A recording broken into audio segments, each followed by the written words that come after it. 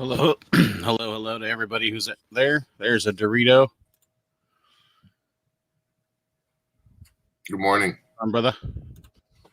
What's happening? I just woke up, dude. I'm gonna have to take a shower in a minute. I might pop. I'm gonna end up popping down. I just wanted to pop up for a few because I just woke up and saw your message. Yeah, no worries, man. I'm early. Mr. Exotic Mo decided to message me and tell me that, to hurry my ass up. Oh, did he? Oh yeah, and then he complains in my chat about him not being modded yet. Well, question I have: why the hell isn't he up here? If he's I know. talking shit. I even sent him a link. He was the first one I sent a link, actually. Oh wow. And then it was Wow. you. I guess we should also name him Mr. Richard Noggin too, huh? Oh wow. Oh, now he's talking shit in Insta. Okay, cool. I guess we should also name him. Yeah, Zoopy.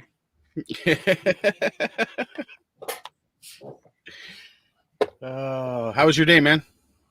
Oh, it's pretty good. We did a whole bunch of honeydews and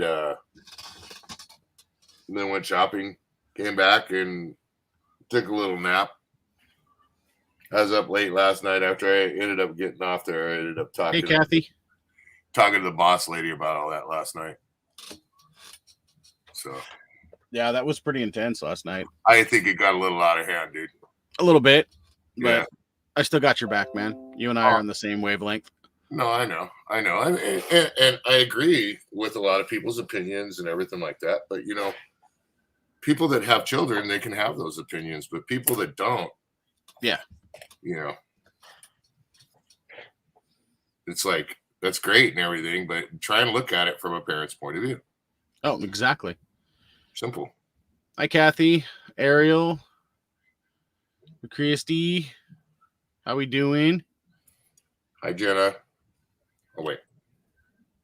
I had to adjust a couple times.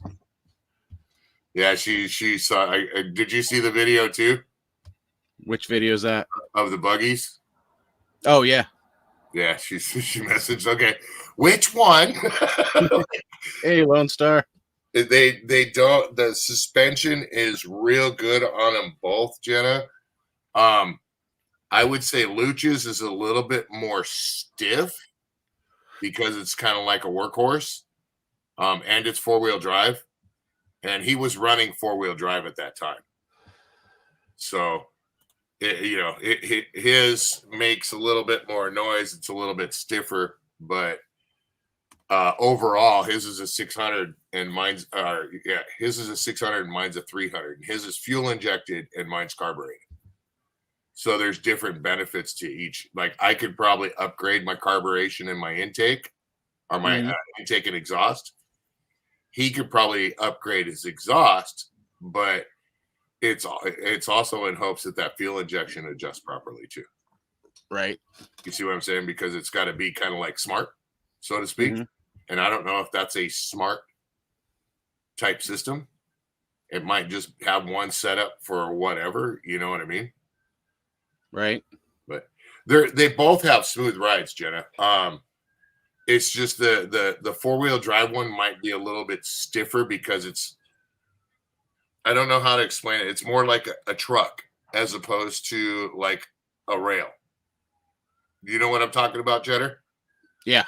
Like a sand rail, you got more of the weight dissipated in the back, and so you're more floaty on the front.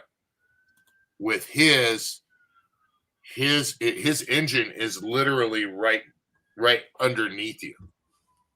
Mine is behind me. So there's the differences there too. Oh, yeah. Most definitely. Yeah. Oh, look, Ariel's, she's flexing. She's sitting in the hot tub. I can go fart in the tub. Yeah, make it bubbled. Some warm water and just. I did have carne asada for lunch. Oh, there you go. Lone Star, I don't know if you're on your Discord's open, but I did send you a link. And if anybody has Kathy's information, could you please, if you already have a link, send her that? Look at Wolfie ain't even talking now. No, he's talk shit on Insta and in here, and then I sent him a link, and he's not here. Yeah, free schmo exotic, free schmo exotic. That was some funny stuff last night, man. When I was saying, Lisa was take a picture of Mark with the wife beater on and put it in the background behind him with the Joe Exotic thing and make him a chubby version of Joe Exotic's boyfriend.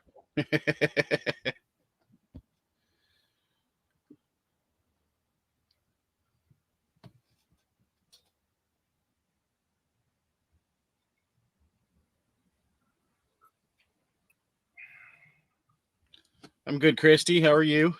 You're in a lot of pain, I see. That's what you're saying. I'm sorry. No problem, Lone Star. Lone Star.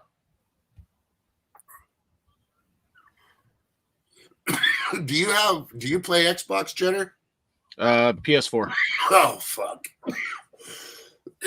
You're one of them. And I don't know, for some reason. Oh, wait, there's Wolfie. Okay, so he bitches about it, and then he can't show up right now. Okay, I got you. I'll be have fun with your grandson, man. My garden son is about to leave. What the fuck is a garden son?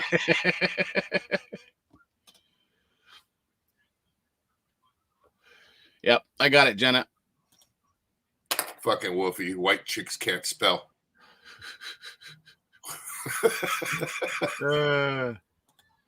Too soon? Not for me. I am trying to lurk. If you were trying to lurk, you renop, then why didn't you say something in the very beginning? No, listen, I have learned to lurk from some of the best. And some of those best actually doesn't just lurk. He lurks and then mimics afterwards. Yep. Fucking Nightbot. Let's see here. Oh, no, I can't do it in there. I'm going to do it over here. All right, so anybody in the chat who is not savvy as to what happened or last night on Lisa's stream, I am going to show what we're going to be doing with Mr. It is there. Oh, yeah. I had Jenna add that. Or actually, I think she just did it on her own. What was you saying now? Was you bringing up last night? Yeah. Oh, God. That's the one, yeah. Share. I don't think I need to share audio. Yeah. It's just video. I definitely don't want to talk about last night, except for my mind is not fucking changed. Right. Eric, can you see all that? Oh, nice, Jenna. Thank you. Yeah, that's what I was saying. Right up behind him with a little smiley face, with Mark with a little smiley face, kind of looking starry-eyed. You should put him on the left-hand corner and then just draw a black mark to gap one of his teeth, because Joe Exotic's boyfriend was missing one of his teeth. Yes. Like right over in this area here? Yeah. Yeah. It'd be perfect. Yep.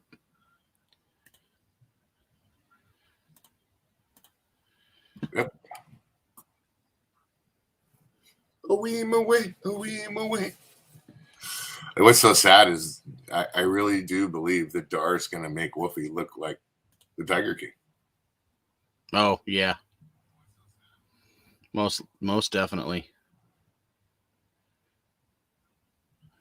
Oh, Pugs, how you doing, man? Hot tubes are nice. Yeah, spelling isn't some of these people's, forte. Okay, I'm lost, but I don't think I want to know. That's Ariel's adopted brother. Oh. So she's in a hot tub and he says hot tubes. So, okay. Hot tubes are nice. Okay. Yeah. All right. I was like, well, fuck. Okay. Well, this must be code word for something. Yep. I'm just gonna wait a little bit more, get some people to come in and see if anybody else pops on. You know what? I think I'm just gonna drop the link. I have enough mods that know what they're doing. Yeah. And Wolfie should get up here pretty soon because I do got to take a shower. I'll pop back in, but I just woke up. I got to take a shave and take a shower. Right. There we go. All right, Kathy, if you're still in here, link is at the top of the chat.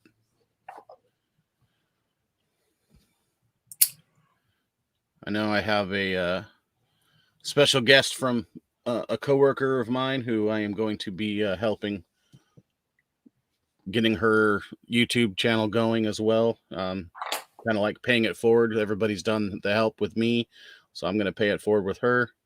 She's a little bit more of a writer rather than kind of like us, just whatever. Well, I'm a writer. No, she's actually got a children's book being published right now. So I've never written in a children's book before. No, and probably have an illustrator put you in there. Yeah. That'd be like as a kid, you open up the book and out jumps the story. It's Dorito, the writer. No.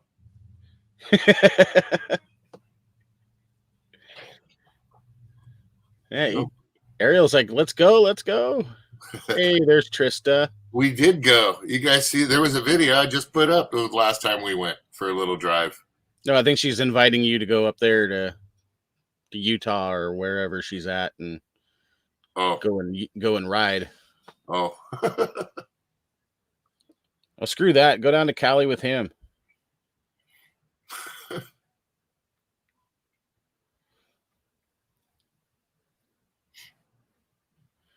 So Trista, I don't know if you can use StreamYards on the website through a browser, so you can use that link that I gave you. That'll get you on panel. Oh, that's the writer. Yeah, right? Trista is the writer. Yep.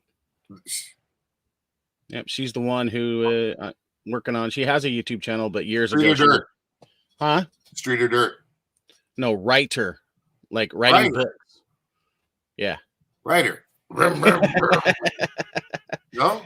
No. Oh, okay.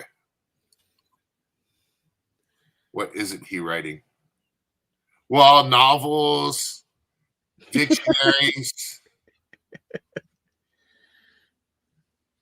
But I definitely would be rather writing, right? Exactly. Just like Trista. Yeah, no, she actually had me proofread a creepy Christmas short story, which was really, really good. So writing is her passion. So are the creepy Christmas stories, are the short stories, are they actually allowed to get on the rides at Disneyland? They probably have to meet certain height requirements. Well, a short story. No? Too soon? No?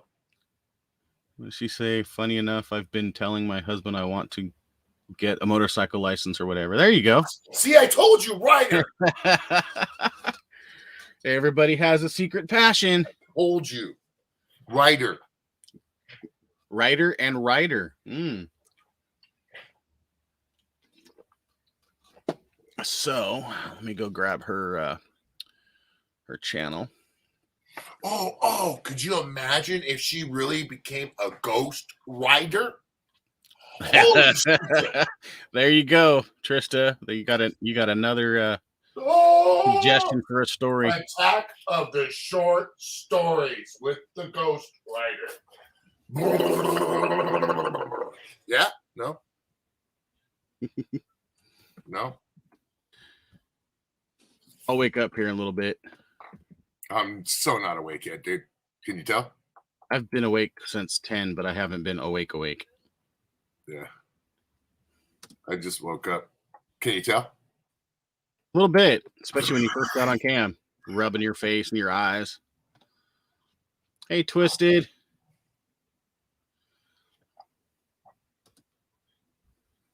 Well, I'm just saying, Chetter.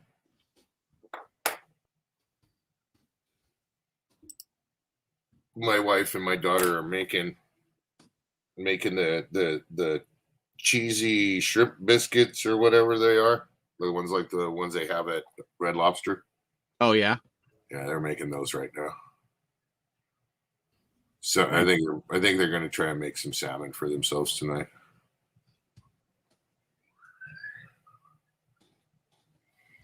My daughter's she's such a dude. I'm so proud of her. Like when it comes to certain things like Oh that. dear Lord, we have a pugs in the basement. Oh, you're half naked pugs. Ah. Oh, come on. You can't see the nipples. You mean Throw it back in the water. Throw it back in the fucking water. Oh, man. I got a paranormal story for you to tell, though. All right, well, let's kick it off. Right. In Rock Springs, Wyoming, there's an old Subway store. They just tore it down, but it used to be some dude's house. And he'd killed himself in there, and freaking everybody that's worked there knew him as Phantasmo. That's what they called him. I don't know why. But randomly, all the toilets would flush. You'd find food just randomly pushed off the counters and stuff. And one day, me, my sister, and the manager that were working that day, we were outside having cigarettes, and it was foggy. And we watched a figure open the rear door and walk right by us. And then just disappear.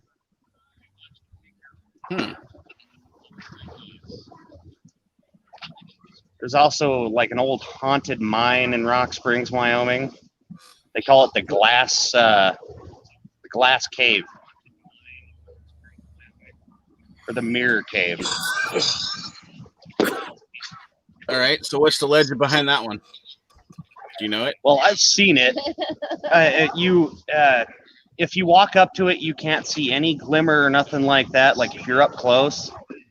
But I believe as long as you're, there's like two hills.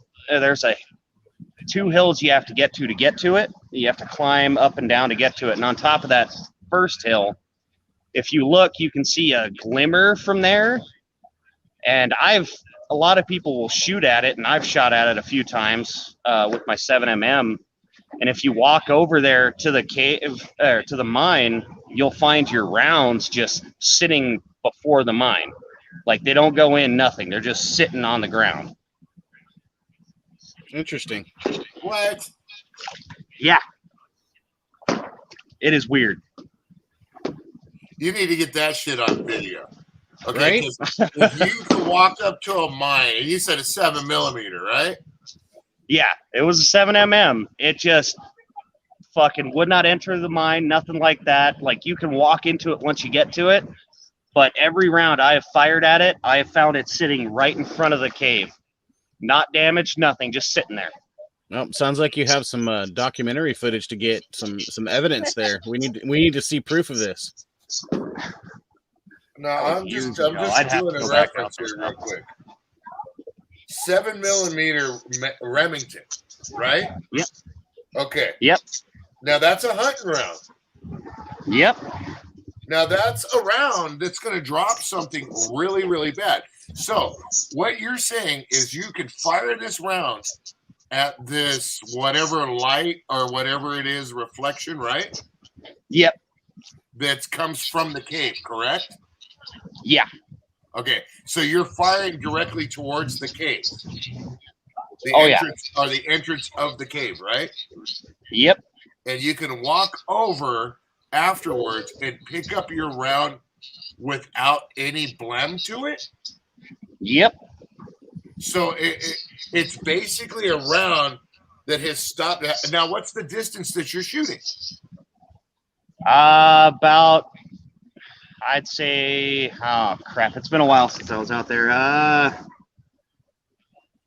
275 to 300 yards. Now we're still talking 7mm. So, yep. Have you ever tried to shoot it from a closer distance? After the first hill, you don't see the glimmer anymore or nothing like that. And I believe the rounds will go through. I never shot it from there because normally I'll use the last few rounds that I have if I was hunting out there to fucking shoot through it. But well, you would have to make sure there's nobody in the cave for sure. If you're even, right. Oh yeah. But I myself would fire a couple rounds with the 7mm, and then maybe even take like a 22 and do like a long distance shot with a 22. Because it's what do they call that? It's subsonic, or you know what I mean? So yeah. Take a shot with a 22, like a 22 LR. Take a shot with your 7mm. Because a 22 LR is going to travel. You know what I'm saying? It is going to travel. So try it with that, and then try and go up to like 7.62 by 54, like a Mosin Nagant round. Okay. I mean? Yeah, try some different rounds. Now, with the Mosin Nagant round, most of those rounds are the surplus rounds. They have like a tip. You know what I mean? So they depleted. What do they call it? Depleted uranium tips, so they can actually go through armor and all. Okay. So I would try a Mosin Nagant round as well, just for shits and grins, to see what, and just take like 3 or 4 different shots from where you see the glimmer, and then go over there, check the cave. Don't even look for your rounds. Go over, check the cave. Make sure there's nobody in there. Put up some sort of sign so everybody knows, hey, there's going to be a bullet flying this way. And then go back so many yards, like maybe 150 yards, and do the same rounds and see if you hear it. See if you see any ricochet. See if you, or any sort of something, and then walk over and try and find your rounds and see what that is. And then you would be able to determine if it truly is something paranormal, right? Yeah. You know what I mean? There's one more story from there. Yeah, I got one more story of Rock Springs, Wyoming. It's just a little bit outside town. It's called Witten. Been there. Yeah. So here's a little history about Rock Springs. Back in the day, when they were building the railroad, after they were done, they slaughtered all the Chinese workers. And they buried them in a hole. About 20 years after that, they dug up all the bodies and moved them out to this place called Witten, which was an Indian burial ground. Yeah. And heading out there, out to Witten, it's really weird. You have 5 bridges going in and 6 bridges going out. Huh?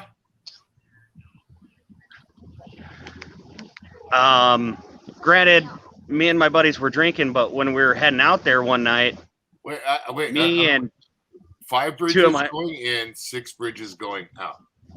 Yep. I've done it in the day too, and it's the same way.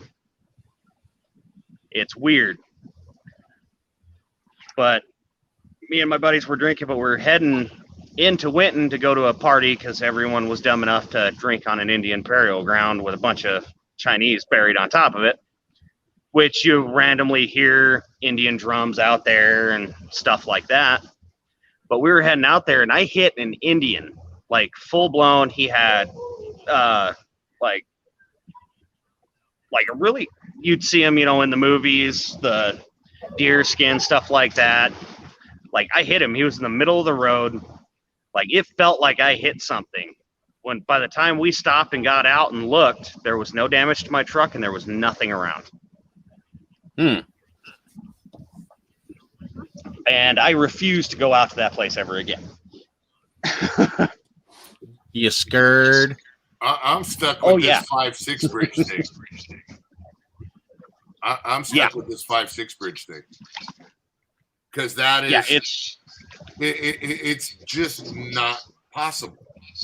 Yeah. Tell me, I know. Go another way, It's not No. possible. Yep. I mean, how good are the shrooms up there in Wyoming? No idea, actually. No idea. I know the beer's good, though. Some real good beer. They're putting shrooms in that beer. But Fungi brew. But if I could get a bunch of my old buddies on here, like everybody I knew from high school, it was the same thing. Like they tell you it's that right there. 5 bridges in, 6 bridges out. don't get me wrong, everybody has their gravity hills and stuff like that. Yeah. You know what I'm saying? Yep. But Oh yeah. it's a trick with like the gravity hills and stuff like this. Physically going over 5 bridges and then returning physically over 6 bridges on the same road. Mhm. There's no trick. Like with gravity hills, the hill is actually going downward when it looks like an upward incline. That's why they're like that. You know what I mean? And you know, it's a mind trick. But dude, we're talking same mileage, Yep. same road, same bridges. I'm sorry, but I have to say, prove that shit. Okay, yeah. I'll you send gotta probably prove one of that. my buddies out there one of these times. Yeah, I'll you call him gotta up and prove have him that. drive up there. And I'm not calling you a BSer because Oh, there's yeah. something obviously probably playing a mind game with that road, and maybe that has something to do with that. Because like I've talked about before, Chetter, remember when I was saying I believe in that stuff. Right. I'm a firm believer in it. I don't want to dabble with it. I'm good, but you have to. That's like one of those things that, like, you have to prove it, or else go, whoa, wait a minute here. Then what's going on? Then you figure out where that 6th bridge is that really isn't there, and that's where you go to figure out what the fuck. You know what I mean? Yeah. So. Oh yeah. I mean, that's the way I would look at deductive reasoning, you know, and I'm trying to look at it from not a skeptic side, because I believe in all that stuff. Yeah. You know, but I believe in a higher power. So that's why I kind of just go, you know, and stay away from it. But, you know. Yeah. I mean, I've experienced stuff before. I felt things, you know what I mean, where you just feel that. Most of my experiences were like, I could feel my mother being there. You know what I mean? Like after my mother passed away, I kind of like started getting a little bit of deja vu here and there. And, you know, everybody gets that. Oh yeah. But I always felt certain things that I felt my mother was over my shoulder. So that's why I can't discount anything. You know what I mean? I believe that. I believe until the time that I didn't need her over my shoulder, she was there. You know what I mean? And nobody can tell me any different. I'm stubborn as a mule. Probably as people realized last night, I'm stubborn as a mule. All right. So real quick, Josh, Jenna has a question. How long is the road? And can you put a person on each bridge and pick them up on the way out? You know, I had never thought about that, but I know the road, let's see, hold on. It's about 5 miles long, probably a little over 5 miles. Okay. Or so. Yeah, and it's just little bridges going over, like drop-offs into small little crooks and canyons and shit like that. You know, just small ones. Yeah, but like one of them's a really old wooden bridge that's kind of rickety when you drive over it. A little creepy. Can you go during the day? Yeah. Just go during the day. Yeah, we've done it during the day. Each bridge, like Jenna was saying. What? Not even a giggle? You're not even gonna break character? Hey, Colin. Hey, son. Thanks for joining us. All right. So, Pugs, do you have any other stories? I probably have a lot, but I can't remember at the moment. I can't remember anymore at the moment. How about any personal experiences? I have had one, but it was with my dog that we'd had for like family dog we'd had for 12 years. Mm-hmm. Like she was a good dog. She stayed at everyone's at my family's, every single one of my brothers and sisters' houses, when I couldn't take care of her, or I got into a place that I couldn't have her. She went to a family member type thing.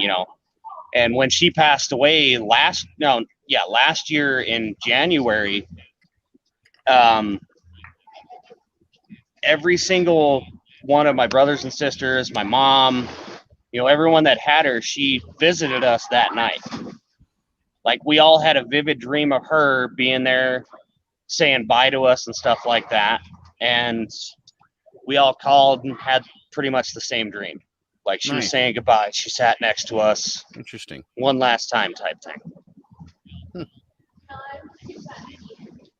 Did you have something to say, Dorito, or were you just saying hi to everybody in the chat? Yeah. My curiosity is, how do people feel about animals and spirits? Which, of course, I believe that they do. Oh yeah. Oh yeah, absolutely. It's like I said, spiritual ascension. It doesn't mean that if your soul isn't ready to go, that it doesn't go into something else to continue on. Mm-hmm.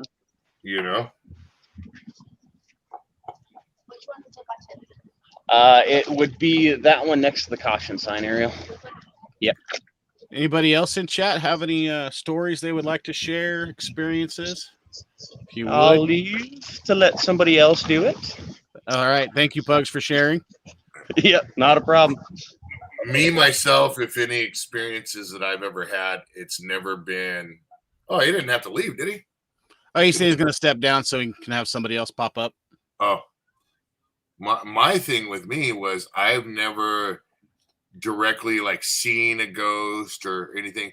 The link's in the chat, Colin, if you want to pop up, right? You don't mind me saying that, do you, Chetter? Nope, link is in the chat. I do want to make sure that everybody who pops up gives everybody ample time to, tell their stories and make sure that whether you're a believer, a skeptic, completely against it, please make sure that we keep this respectful. Everybody has their opinions, their beliefs, anything. We want to respect everybody.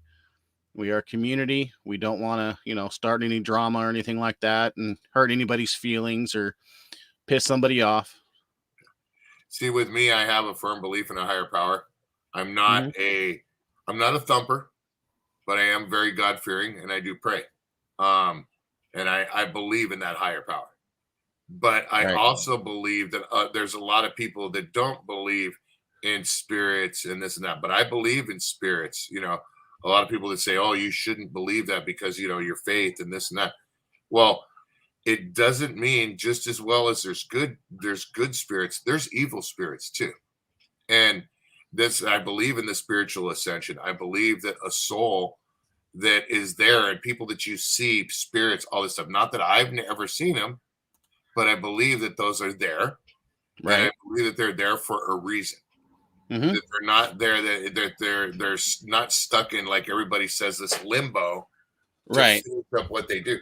They make that choice. Exactly. I believe that spirit makes that choice to be there for whoever it wants to be, or to torment whoever it wants to torment.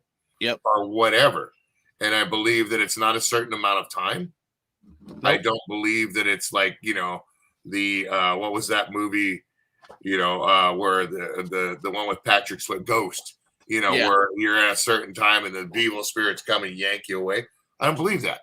I believe you choose when you're ready to move on, and your firmness of your belief is where you're going to end up going.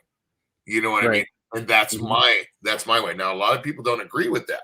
Right. Oh yeah. There's many theories on what happens after death, on the different planes of existence, whether or not you're stuck here and you have to find your way out, complete a mission or something that you forgot to do or whatever. There's all different types of theories and beliefs. I personally believe that, similar, basically just like you, Dorito, a spirit has a choice whether to walk across the veil to the other side or stick around for whatever reason that they choose. whether it to be protect somebody, unfinished business, or malicious intent. Yeah. Or to even atone for your sins. I don't. Yep. I mean, I believe there is unforgivable sins. You know, you being raised on a certain faith, you have to believe those certain things. There's Hi, certain things Doris. that are unforgivable, but there's things that you do that you may have done in your life that you felt you had to atone for. Right. You know what I mean? So maybe your spirit is doing that before it can actually move on clearly. Yep. Exactly. You know what I mean? Because ultimately, let's think about it. Reality is our body, right? Mm-hmm. And if you don't believe in spiritual ascension, then boom, you're done. You're in the dirt. But if you believe in spiritual ascension, your soul goes on, correct? Yeah. Now, If that's what you believe, yeah. yeah. Now that soul, Hey, being Joseph. a soul, still has a conscience, right? I believe so. Yes. Yeah. So that's what I'm saying. It's kind of like you still you don't disappear out of your body, forget everything, and go on to something else. You choose to go on to something else, and when you go on to that something else, slate wiped clean. If not, you're there with the Father, and you know you're there with the people that you wanted to be there with. Right. You know what I mean? And are your and that's because it's unforgivable, and there's nothing you can do about it. Exactly. You know what I mean? And sticking around is not going to help you. So your torment of your soul is what's showing out of there and becoming an evil spirit. Or, you know, then you go demon presence, you go all kinds of different directions with that, right? Oh, yeah. You know? So I'm sorry. No, you're good. You're good. All right. So Doris, if you'd like to come up on panel, the link's at the top of the chat.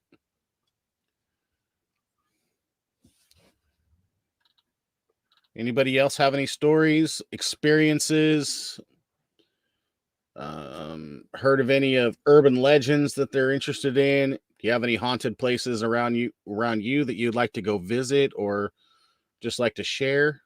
Does anybody ever wanted to go ghost hunting? Even if it's, you know, most of the ghost hunting that anybody wants to do is just, you know, just to go communicate. They don't want to, you know, bring any bad spirits. They don't want to do anything like that. But unfortunately, if you're not educated and don't know what you're doing, bad things can happen. Another thing that can actually branch off of this whole conversation that we're having too, because we did kind of have a little bit of that. Hi, Trista. Is people can talk about the stuff like chakras. They can talk about, you know, like people's colors. You know, I'm a firm believer in that too, that everybody has a color to them. You know what I mean? Right. You know, that you have the 7 chakras, whichever they are, but I believe everybody has a predominant color to them. You know what I mean? So that's something else that if people know more about that, they can talk about too. So I digress. Well, I want to welcome Trista to the panel. Hi. This is our lovely new YouTuber that is going to be hopefully soon getting some the more writer. content. Yes. Yeah. Getting more content on her channel. She is a writer, not a rider yet. Hopefully even though both she wants soon. to. Second gear Willie's. She is currently publishing a children's book and also has some other stories and ideas in the works. And Trista, I know we're going to go off topic here, guys, for just a moment, but I did want to mention that, you know, I am going to be promoting her for a little bit. She is a coworker of mine, a great friend, and I want to help her get her channel going. And any help from the community that we can get would be fantastic. Trista, can you go ahead and introduce yourself? So, hi, I'm Trista. Like Chester or like Chetter said, pretty much I write. I'm a mom of 2 kids, and I have a husband who works full time, and then I work part time. That's about it. I don't have a lot going on. So, what's your children's book about? So, my children's book was actually inspired by my daughter and her love for Christmas. And one of her favorite books that we read is about an elf who styles Santa's hair a few different ways. And like it's one of the texture books. And I got an idea to write about an elf who lives in Santa's beard. And he works during the day to keep Santa's beard nice and clean and neat. And then at night, he plays with it. And he'll slide and swim and do all those kinds of things. And so it's just a short story about an elf who lives in Santa's beard. Nice. And what are the other any things that you want to share that you're working on that maybe it's not too secret, or just give a little sneak peek? Yeah, so I don't really have a lot of secrets right now since the two that I have finished are being published. So we've got the children's book. I still haven't set a date for it yet, but it's going to be sometime before Christmas. My illustrator has it pretty much done. We're just finishing formatting it. And then it's the anthology as well, that are a bunch of holiday-inspired creepy stories. So a lot of them are classics with a twist. I know we have a Jewish-inspired story written by one of my writer friends, and it's about a golem who comes to life and slaughters the village. Ooh. Yeah, so they're pretty twisted, and it's a lot of fun. It's a total of 10 stories, so it's me and 9 other authors, and that is coming out November 13th, and it's on Goodreads right now also. Oh, nice. Do you have that link? I don't. I was trying to get it, and I don't think I ever got an answer for it. I don't actually use Goodreads. Isn't that terrible?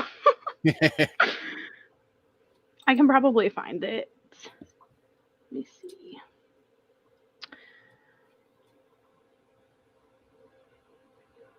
Now, do you have any Nope, other not yet. stories or anything like that that you have in the works? I mean, I did read that creepy story that you sent me. Yes. Is that something that you're just messing around with, or do you have something planned with that? Yeah, so that creepy short story is one of those 10 that are Okay. in the anthology. And then the group of women and I who got together and started this are actually planning on doing a few more anthologies, and they're each going to have their own theme.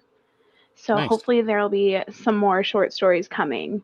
And then I do have a lot of story ideas. It's just whenever you can actually write them. Right. Yep. All right. Well, thank you for letting us know a little bit more about you and the inside of your writing. Yeah, and thanks for asking. Hopefully, we're going to see some new content on your channel here soon. I did share your channel out, and I'll be having my Nightbot do that frequently in my streams. Oh, I really do appreciate that. No, I will hopefully absolutely. start doing YouTube more. Right now, I'm more focusing on TikTok and Instagram. So I Okay. am on those too. Well, if you would like, you can go ahead and send me those links, and I can drop those in the chat tonight. All right, I would appreciate that. I do post on TikTok daily right now because I'm trying to get that following bigger. And it's mostly a mixture between like writing stuff, and I also do some funny videos. Oh, nice. I like to think they're funny anyway. All right. Well, you said you have many stories. Yeah, for creepy stories, I do. Now, are these back to creepy things stories that you've come up with, things you've heard? So I have a lot that actually I've had happen to me directly. So these are more experiences? Yeah, so they're ones that I experienced firsthand. Nice. Hey, Colin. Hey, Chetter. Hey, I'll be back in a little while, man. I got to hit a shower, homie. Yeah, no problem, man. Good. Hey, right, Dorito, nice. What's going on? Hey, Colin, take it away here. Be a good little co-host. Okay, take it away here. You're gonna pop up right here. Awesome conversation. You gotta help. You gotta keep the ball rolling, homeboy. You gotta keep it rolling. Hey, Chetter. How you doing? Good to meet you, Trista. Good luck. You got this. Any writer is okay in my book. Amen. Amen. Thank you. All right. So Trista, go ahead. Okay, so probably one of the ones that I remember the best was when I was probably 13 or 14, my sister started going through a divorce, and she moved back in with my mom and I with her and her 2 kids. And shortly after she moved in, I was on the phone with my boyfriend one night, and he and I were talking, and I don't remember what he said, but it made me laugh. And from the kitchen, I heard my sister mimic my laugh because, siblings, we make fun of each other sometimes. So I heard that. And I was like, ha ha, sister, you're so funny. And then she didn't answer me. And I was like, okay, well, I'm going to go out and see her. And so I went out there, and there was nobody in the house except for my mom, who was asleep, and the 2 kids who were asleep. My sister was still out working. So I kind of brushed that off. And then the next day, it was the same thing. I was up at night talking on the phone with my boyfriend, and I heard the front door open. And where my room was at the end of the hall, you could look down it and see into the kitchen. And if I had my door open, when you turn the kitchen light on, it would shine on my inner wall. Well, I heard footsteps go into the kitchen, the light flicked on, and I watched a shadow move on my wall. I heard cupboards open and close, and I again thought it was my sister getting something to eat or drink. So I told my boyfriend that I was going to go. I hung up the phone. I went out there, and there was nobody there. It was just a bunch of open cupboards with the lights on. And so by this time, I was getting a little bit freaked out. And after that, it was kind of quiet for a couple of days. I had told my sister what happened and told my mom. And so everybody kind of knew, but nobody else was having anything happen at the time. And so a few days pass and it's quiet. And then at night, footsteps start coming to my room. And they're not loud footsteps. They're just quiet and muffled, kind of like a child coming. So I thought it was my niece or nephew coming because they were just 2 or 3, they were little. And every time the footsteps would come and stop at my bedroom door, but the lights would be off. And I would call for my niece and nephew, and they wouldn't answer me. So I would get up, go check. There was nobody there. I would go out and check on the kids. They were asleep. My sister would still be at work, and my mom would be asleep. And this happened for a couple nights as well. And it got to the point where if I turned the lights on when the footsteps were coming, they would stop suddenly. So if I heard them coming down the hall, I would turn the light on. They would stop. And I had a lamp next to my bed. So I started leaving it on at night. And every night I would talk to my boyfriend until I fell asleep because I was scared. And for the first few nights, it worked. Every time the light came on, the footsteps stopped. But finally, on like the 4th or 5th night, the footsteps came running down the hall. And I lurch for the lamp and I turn it on and they stop. And I was like, okay, this is fine. We can leave the light on for the rest of my life. We're going to make this work. So I started sleeping with the light on. That worked again for a few nights. Finally, it's been a couple weeks. I think we're safe. And I try to sleep with the light off. Again, the footsteps come charging down the hall. I lurch for the light and I turn it on, but they don't stop. They come in the room and around my bed, and there's nothing, but the footsteps are right there. So I screamed and dove under the covers, and I screamed so loud that it woke up my mom, who came running in and flipped on the big light, and there was nothing there. And after that night, it never happened again. That was it. It was gone. It was, Wow. I don't know. It just never happened again. But also, I think a day or 2 after that, my sister moved back in with her husband, who she decided not to divorce. So I think maybe her negative energy was like doing something because once she was gone, it stopped. Yeah, some people can bring along with them what's called spiritual hitchhikers. Mm-hmm. You can leave a place and you can bring something along with you, and you don't even know about it. You know what I mean? Yeah. I think that my sister has something like that because everywhere she goes, creepy things happen. Yeah. No, wow, that's amazing story. Oh yeah, thank you for sharing. Amazing fact, actually, amazing fact. Oh wow, not even a story plus the facts. Wow. Yeah, it Chetter, really happened to me. Yeah, no, great topic tonight, Chetter. I just had to jump on. Oh yeah, thank you. And before we continue, I do want to make sure that everybody knows that Skeeter is also having a paranormal chat tonight. He's going to be using a spirit box and a Ouija board. So, Skeeter, if you want to type in the exclamation point and the word moist, that will drop your link, and everybody go check him out tonight if you have the time. And Skeeter, if you would like to pop on panel and share a story, go ahead and hit that link at the top of the chat, and we'll bring you on up. Colin, how about you? Do you have any stories or experiences? Yeah, that's why I was, as soon as I heard the topic coming up, that's, I just kind of wanted to chime in, just share a little bit too. Uber. it goes back a long time ago, and then actually comes up to the present. Obviously by my accent, I grew up in Ireland. But I always mind, I used to sit up late nights. I was very close to my grandfather. His name was James Cassidy, and him and I sat up late, like 2 o'clock in the morning nights, just watching sports or, whatever, having a couple of beers and just talking about the past and that. But he was telling me some of his stories from his past, and he was talking about, when he get up in his older years, about certain members of the family, that passed on. He said he would always, and this is probably on about 3 occasions, he says he would always have had 3 knocks at his door, and he said there was times, he went downstairs and nobody was there, and his son at the time, who is now 65 years old, but back in those days, he would have shouted on, "Hey, Dennis, was that you down the front door?" And Dennis was sleeping in bed, and maybe the next morning or whatever, he would have found out it was on one occasion it was his mother-in-law. Now my grandmother was already dead,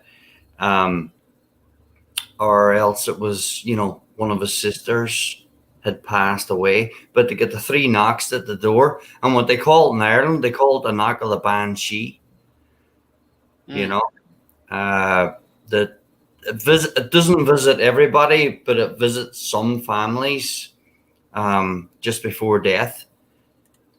And it's quite, not quite funny, but I was kind of a little bit shaken actually last Sunday, because I was in here where I'm sitting right now. Well, I was in my bed, right? Was earlier, early morning, and my door went 3 times. And it's funny because the night before I had been out, at Oktoberfest, because where I live is an old German settlement in Virginia.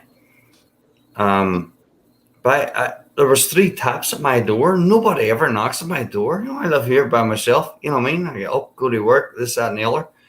And I'm out, got up, jumped out, boxer shorts, opened the door, and opened the door, and there was nobody there. And I went down the stairs, I went, "Hello," nobody there. But going back to the point, that's what my grandfather said. He said, he had these knocks at the door, a few times in his life, and not directly afterwards. Maybe the next morning, then he got word that somebody passed away. But not to repeat myself, it's a thing that follows some families in Ireland, and they call it the banshee. Right. For myself, yeah, absolutely. Living in this environment now, as I said, it's an old German settlement. I've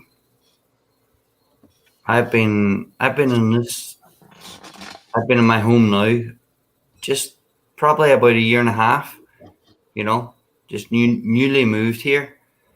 And in the beginning, there was a few things used to go on, but you never really thought about it. You know what I mean? Like I could be sitting here, and all of a sudden, your cigarette box could just go ping. You just fly to the side. I had one occasion, I woke up. It was close to around 3 o'clock in the morning. Not exactly sure of time, but my bedroom door just boom closed. Just and the windows weren't open or anything like that there. And like the building that I live in was built in 1923, although it's an old German settlement that was from 1733, pre, colonial war time. You know what I mean? Right. We're right on that land. But yeah, my bedroom door just closed one night with no windows open or nothing. And also, I get these, the pull down windows, same as, I like to keep, especially, now coming into the fall, I like to keep my window open. I love the fresh air coming in, and the window just shut, crazily. But the craziest thing was going back to last November. I leave at 5 o'clock in the morning. At the latest, 5:30 in the morning. I get a 45-minute drive to get to the shop where I pick up my work truck. And I went out, got my car around the back, started the car, drove the car out to the end of the driveway, stopped the car because I always drink water on the way to work. Mhm. My water was in the trunk. I didn't have anything, so stopped the car, opened the door, went round, opened the trunk, grabbed out a couple of bottles of water. I looked back towards the porch of the house, and I kid, no kidding, this is true. It was like a black and white hologram. Can't describe it. Couldn't see the face. Black and white hologram. I could tell it was a woman just standing right outside the porch. And at the first thought, I thought, there's a guy that lives around the corner. I thought maybe it was his girl, his wife. But then I kept trying to stare, I put my glasses on, I kept trying to stare. I could tell it was a woman. Couldn't make her out. Couldn't make out the face at all. It was totally blurred. But I can't even describe it. Well, that's the best way I can describe it, But may God strike me dead at the moment. That's what I saw. You know what I mean? Right there. Mhm. I was up fresh, ready for work. You know what I mean? Like I wasn't coming home late at night, with a few beers or anything.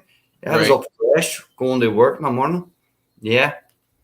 But as far as where I'm at now, the last I gotta be honest, the last few months have been very quiet. I haven't had much more activity inside my house. You know what I mean? Well, that's good. Yeah, thankfully, because I was panicking because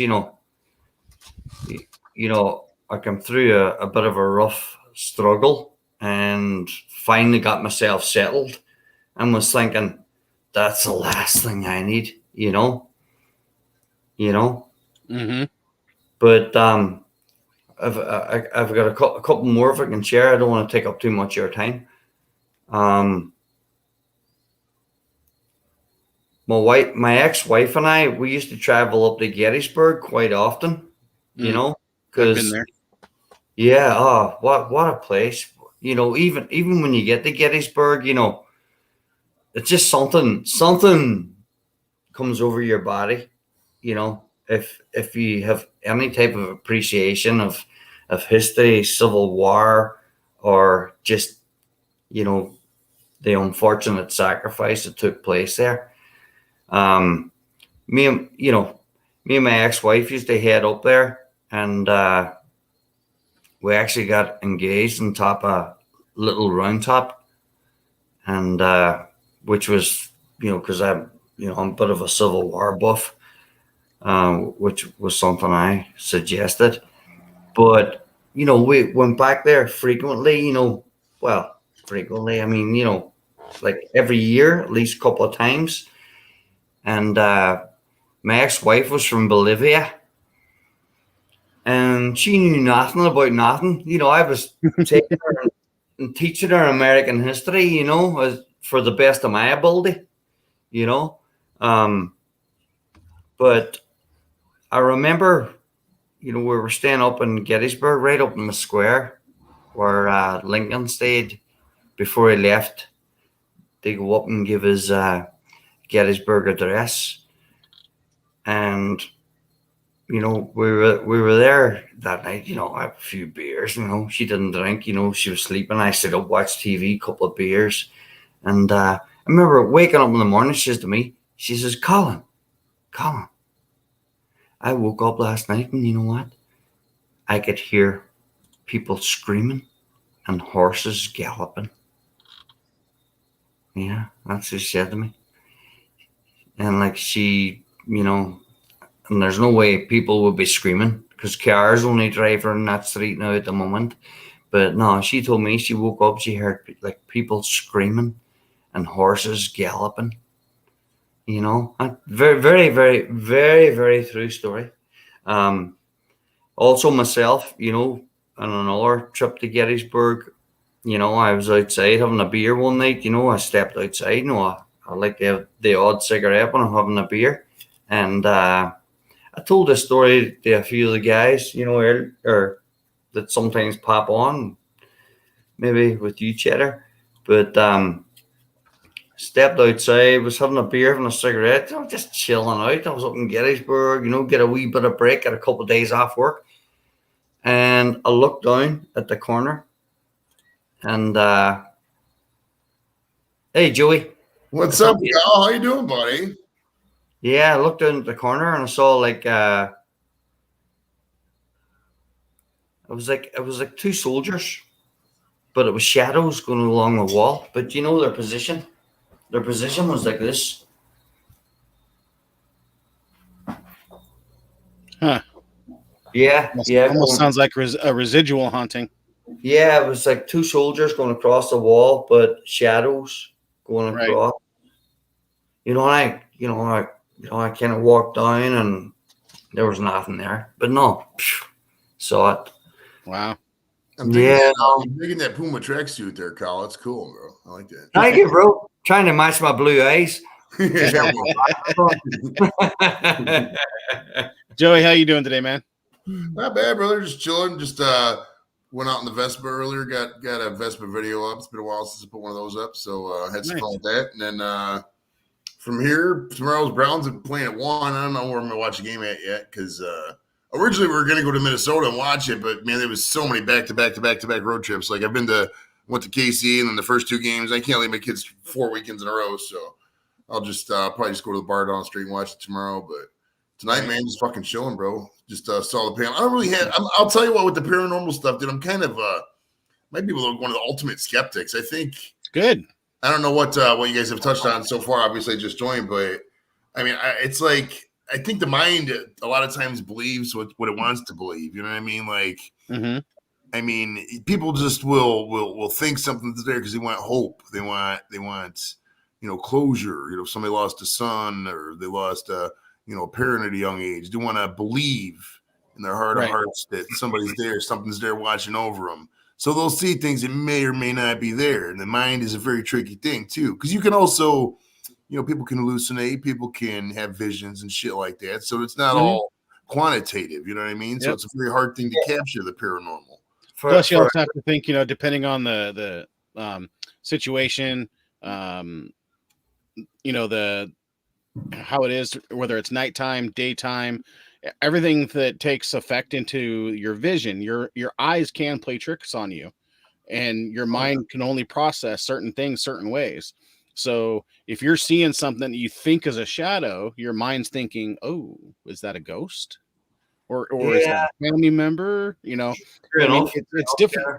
It's interesting how the mind kind of, I'm losing my train of thought here, or my words, but how it translates images that you see into thought processes. you know. No, true enough. And not just vision, feelings, because Collins was mentioned Gettysburg. When I was in 8th grade, I went to Gettysburg. I went to the DC for a field trip.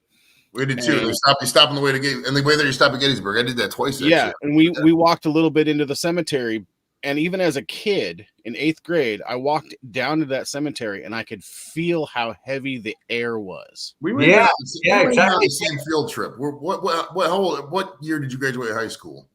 I graduated high school in 93, should have been 92, but I messed up. Okay. So I was 95, so I'm a little bit okay. So we weren't on the same field trip. Same concept though, because it was funny. It was 8th grade, and it was we did the exact same thing. We took a bus, rode out to DC, stopped at Gettysburg on the way. And I remember that trip because I was 89, because it was the first time I bought first tape I ever bought. It was Tone Loke After Dark with Wild. Oh yeah. I remember that one. And I remember because the hotel we stayed at a hotel, and they had Showtime on. And there, I stayed up late after all the people went to sleep, and there was a dirty movie on, which I watched. It took walking a mile. Yeah. No, but again, go back to Gettysburg. In latter years, I worked with a guy in Durham Paints down here in Virginia, and he married a girl, and they were a lot older than me, Larry and Francine Milano, and Francine just happened to be a psychic medium, and I used to go up and stay in their house. Right, they bought a house right up in Old Town Gettysburg, and she done readings and stuff like that there. They eventually moved to Lancaster, just not too far from Gettysburg. Hey, we brand new person on my panel. Everybody welcome Skeeter. Hey, Skeeter. Hey, how we doing? In the background. That's cool. Look at that, Jason. Skeeter, thank you for joining, and it's good to meet you. I've heard a lot of good things. Hey, man, I'm finally glad to be here. Like, it's I had to re-download Chrome. I'm horrible. I have my Mac, so I had the Safari thing and try to come in StreamYards in there. Oh. How to get through the Chrome stuff. So. Yep. So you have a stream tonight. I heard you're doing a spirit box with a Ouija board. Did you want to give a little bit of a taste of what's going to happen? Sure. The only thing we really do in these is kind of leave it open. Any questions, we'll ask any questions. See if we can get some things going through. Like, I still want to lay out the Ouija board I got set up over here. My desk looks like it probably would catch some sort of felony, I think, with everything I got laying around. Ouija board, ghost hunting books, EDIs, EMFs, and then you remember back when we were little. Back when we were little, they used to have tales of a girl would leave a Ouija board in her closet, and then she was killed by it or something. Do you remember those tall tales? I mean, Oh yeah, there's plenty when it comes to Ouija bourds. Yeah. No, yeah. Explain the Ouija board to me, because I've seen it and I've seen whatever, but I've never actually I like on maybe that 70s show or just parodies of it. I've never actually seen it in action. Right. You just put your hands on a thing. How does it work? Sure. I mean, it started, if you want to go way back early, before we actually had the board with the letters and yes and no, it was just a planchet. And the planchet would have pencils that you could stick down inside of the planchet hole. And you'd put your hands on there and try to get the spell stuff. Well, then I think it was like, I'm going to ruin it. I'm going to butcher the history. I should know it by now. But I think it was maybe the 60s, early 60s, early 70s is when we got what we know now as the Ouija board, where you got the planchet with the eye. And it would move around a board and spell, and you got yes, no, goodbye. And there's plenty of lore out there on Ouija boards. Some people believe it's like a gateway, like a door that you would open up to the other side that you can't close. Other people think it's just pure evil, and you're just talking to demons. Other people believe it is a way to talk to lost loved ones. To me personally, I think an object only has power if you give it power. So I'm not too sure. Yeah, the idiomotory effect where your brain moves the planchet. I mean, that's well proven. There's been studies where people get blindfolded and the Ouija board does nothing. But then there's also studies done to where they have picked up good information. So, Skeeter, just a question. As in regards to the Ouija board and stuff like that, you do you not think you have to be kind of careful of what you're summoning up? Sure. Everybody loves, would love to be in contact with, their past loved ones and that, but I don't think that's the case. I think sometimes you could be conjuring up demons who are deceivers that could just once you get them in, you can't get them out again, type of thing, Skeeter. You know what I mean? So I think you have to be very, very careful. And that's coming from the study of many exorcists who have dealt with many, many people, and having to dispel a demon out of people just because of stuff like that. If you look at the movie The Exorcist, it was a boy in Maryland back in the 50s. Right. True story. Hello, Hollywood makes Hollywood. But boom, they had a hard time with that boy. And it's worldwide. But sorry, Skeeter, I don't mean to keep talking. But no, you're fine. Yeah, but you're absolutely right. Yeah, I still, the way I do it is like it's kind of a mixture of Native American culture, a little bit of Wiccan and Christianity kind of blended into my own little protection prayer that I'll do before I go into like any.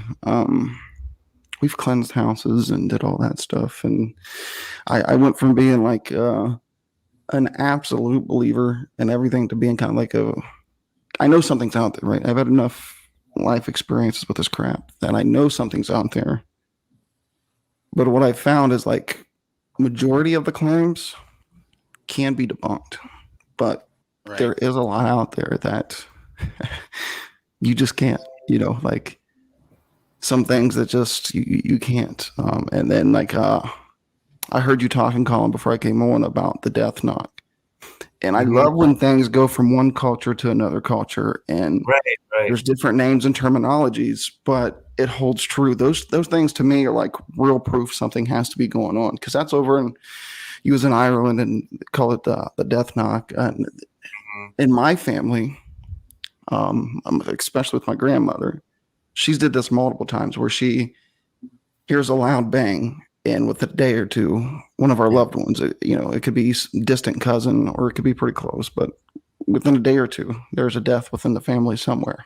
And she's done this multiple times. So I think, there's a huge part of this that this other side that we just don't know. And we have through technology now, all of us have the ability to kind of come up with our own ideologies, do our own studies, kind of take the helm and do it your way, and try to understand on a broader scale, or maybe just for your own ideologies and looks at things. It's interesting, man. Like we've been my family I come from. This is weird too. I just found this out like maybe a week or two ago, that my great grandmother was like one of the biggest witches in the area of Point Pleasant. Here, everybody always thought we was straight Christianity, like we're all Christians, this, that, and other. But I noticed with my great grandmother, she would call up the spirits and do all these other different seances and things. And I'm like, that's not. As I got older and understood the ideologies and everything, I'm like, that's not Christianity, guys. Like we're over here somewhere. That's not praising Jesus. That's some sort of shit. So then I get older, and my great grandma was a sweetheart. Like she was a sweetheart of a woman, but she would sit out there with a big plastic cup of old Milwaukee Light, hands on the table, conjuring up spirits, having this table shaking and popping and going crazy.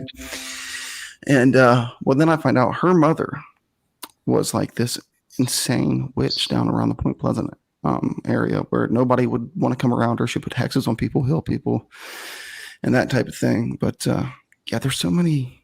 That's why I love the paranormal world. Like, I'll go ahead and I've dropped hints on my channel, but Monday I'm going to an old insane asylum, and we're staying overnight and doing overnight investigation and everything. So you go into places like that, there got to be a charged up evil energy stowed in those walls of just the mental anguish of the the life that lived there, that been Sure. through it. I just want to share Chetter, Skeeter, Teresa. I made a big bloomer in my life about 5 or 6 years ago. Like a businessman who I'd worked for 10, 15 years. I tried to help. His wife was diabolically oppressed and even possibly possessed. I tried to help him, but I was ignorant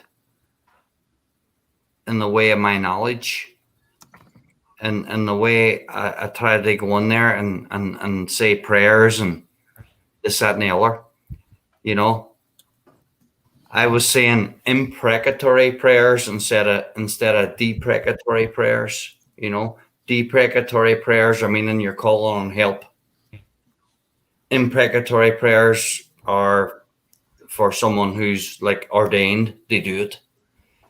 And you know what? I got massive backlash. And I've never even shared this with Joey, you know, because it's not really for our normal conversation on Joey's chats, you know. But it destroyed my marriage. It destroyed a lot of everything that I was doing at the time. And, you know, 4 years later, I'm getting back up again. You know, I'm back on my feet again. Thank God. Thanks be to God. You know what I mean?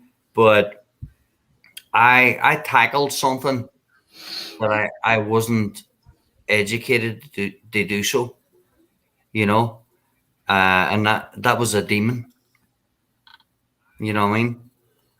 I you know, I was born and raised Catholic, you know, Christian, but I you know, I thought I could help, and I the word is I stepped out of my lane. I stepped out of my lane to try and help this person, and by gosh, my family was trashed, totally trashed. Talk about retaliation. It was trashed. And that's very deep, but it's very, very true. And I've never shared that before, ever. Not even with brother Joey here. You're all my brothers and sisters now. We're having this conversation. Josh, Just to share, Peter. I wanted to share it with you. I sent my buddy Josh a link. He's in the chat. Josh, Skinner Farms. What's up, Josh? Welcome. Hey, Skinner. Hello, everyone. Hi. Hey, Lisa, how you doing? I'm good. I came up here to share a story because Skeeter's involved in this story. So, this ain't the round table. It's not the round table. See. So, anyways, it could be a lie coming from Lisa, so take it with a grain of salt. That bitch can't tell the truth. Okay. I don't know why I love this man so much. Just sit there and be quiet. So, when my ex left me, he left me for this Native American woman. And this woman is pure evil. My ex got us both pregnant a month and a half apart. My ex decided to leave us for her. In the process of this, we lost our house and we were moved into this trailer that they had lived in together.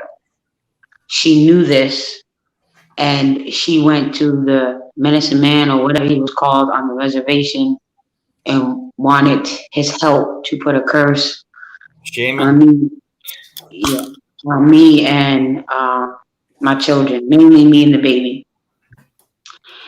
And the curse was connected to my ex. So a bunch of people knew it. They saw it. One time they saw it on one of my live streams in this trailer. And they kept saying to me, Lisa, you have to go to Skeeter. You have to go to Skeeter. And I'm extremely overprotective with Skeeter. And at the time he was having a lot of health problems. And I was like, no. Well, then we found out when a friend of mine who was also Native American came from the same reservation she does, that the medicine man, because of their beliefs, did not help her. So her and her friend took it upon themselves to do it themselves, and they latched it onto a toy that was the baby's. I did not know this. Over time, it got stronger, and when every time my ex tried to leave her, it got worse for all of us. Uh-huh. I knew it was serious when my ex was away for 2 years and came back, and he walked through my front door and didn't make it past the front door without dropping and couldn't breathe. And when we finally got him up, he said it felt like someone grabbed him by his throat and was choking him. Yeah. Me and the baby were starting to get marks left on us. Yeah. Yes, Yes. I woke up not being able to breathe, like someone was on top of me.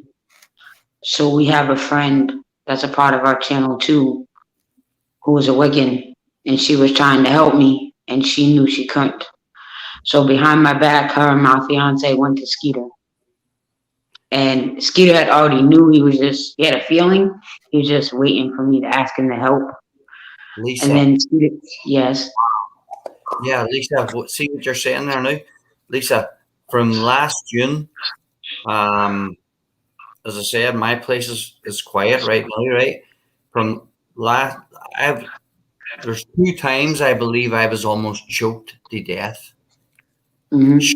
Sure, I was, I was out eating in the kitchen, right? I was eating something, but I had unbelievable chokes where I lost control even of my, my system. Right. 2 occasions, and I mean it was a minute before death. Thanks be to God, I haven't had one since. You know what I mean? But I never choked like that in my life. But in this house now, where I'm living now, I've put holy water, blessed salt. I've put everything all around, and everything's been really quiet. But I never even told this, as I said before, the Joey, 2 times. That's a year and a half. I've had 2 serious chokings, like what the last one where I put my hands down and I says, God help me, and then then a couple seconds later it stopped. But I mean, it was like one of them was that bad that I had to take the next day off work, Right. and for the next 3 or 4 days, my body was in aches and pains. I'm only 47.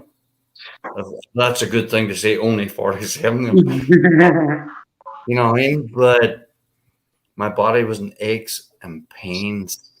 It was like going back to our young days, in school when we're working out, we're, doing our sports, after our good training session, military, like Joe, yeah. No, It wasn't just the physical attacks. Like my moods were bad, and there was never an explanation for it. You know what I mean? Like, yeah. But since Skeeter helped and we handled it, things have gotten a lot better. You know what I mean? But when you told your story, I was like, oh, that's kind of similar to mine. You know what I mean? So for me and my kids, things have gotten better. My ex, it hasn't, but that's a whole nother story. We tried to help him too, but now, Lisa, how old is you? I'm assuming this child's still with you. What year was this whole thing going down? Like, what was the time frame we're talking here? It happened for 3 years. Well, like, when was this child born that we were talking about in this scenario? 3 years ago. Oh, so like 2000. Oh, so he's still diapers. That's still a baby almost. Mhm. Then, right? Okay. Mhm.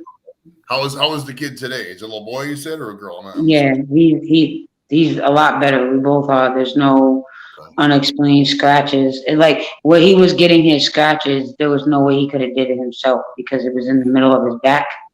I got you. And it was just like 3 random scratches. You know. Lisa, what does the scratches look like? Do they look like actual scratches, or do they look like hickeys but in lines? No, it was actual scratches. Like fingernails?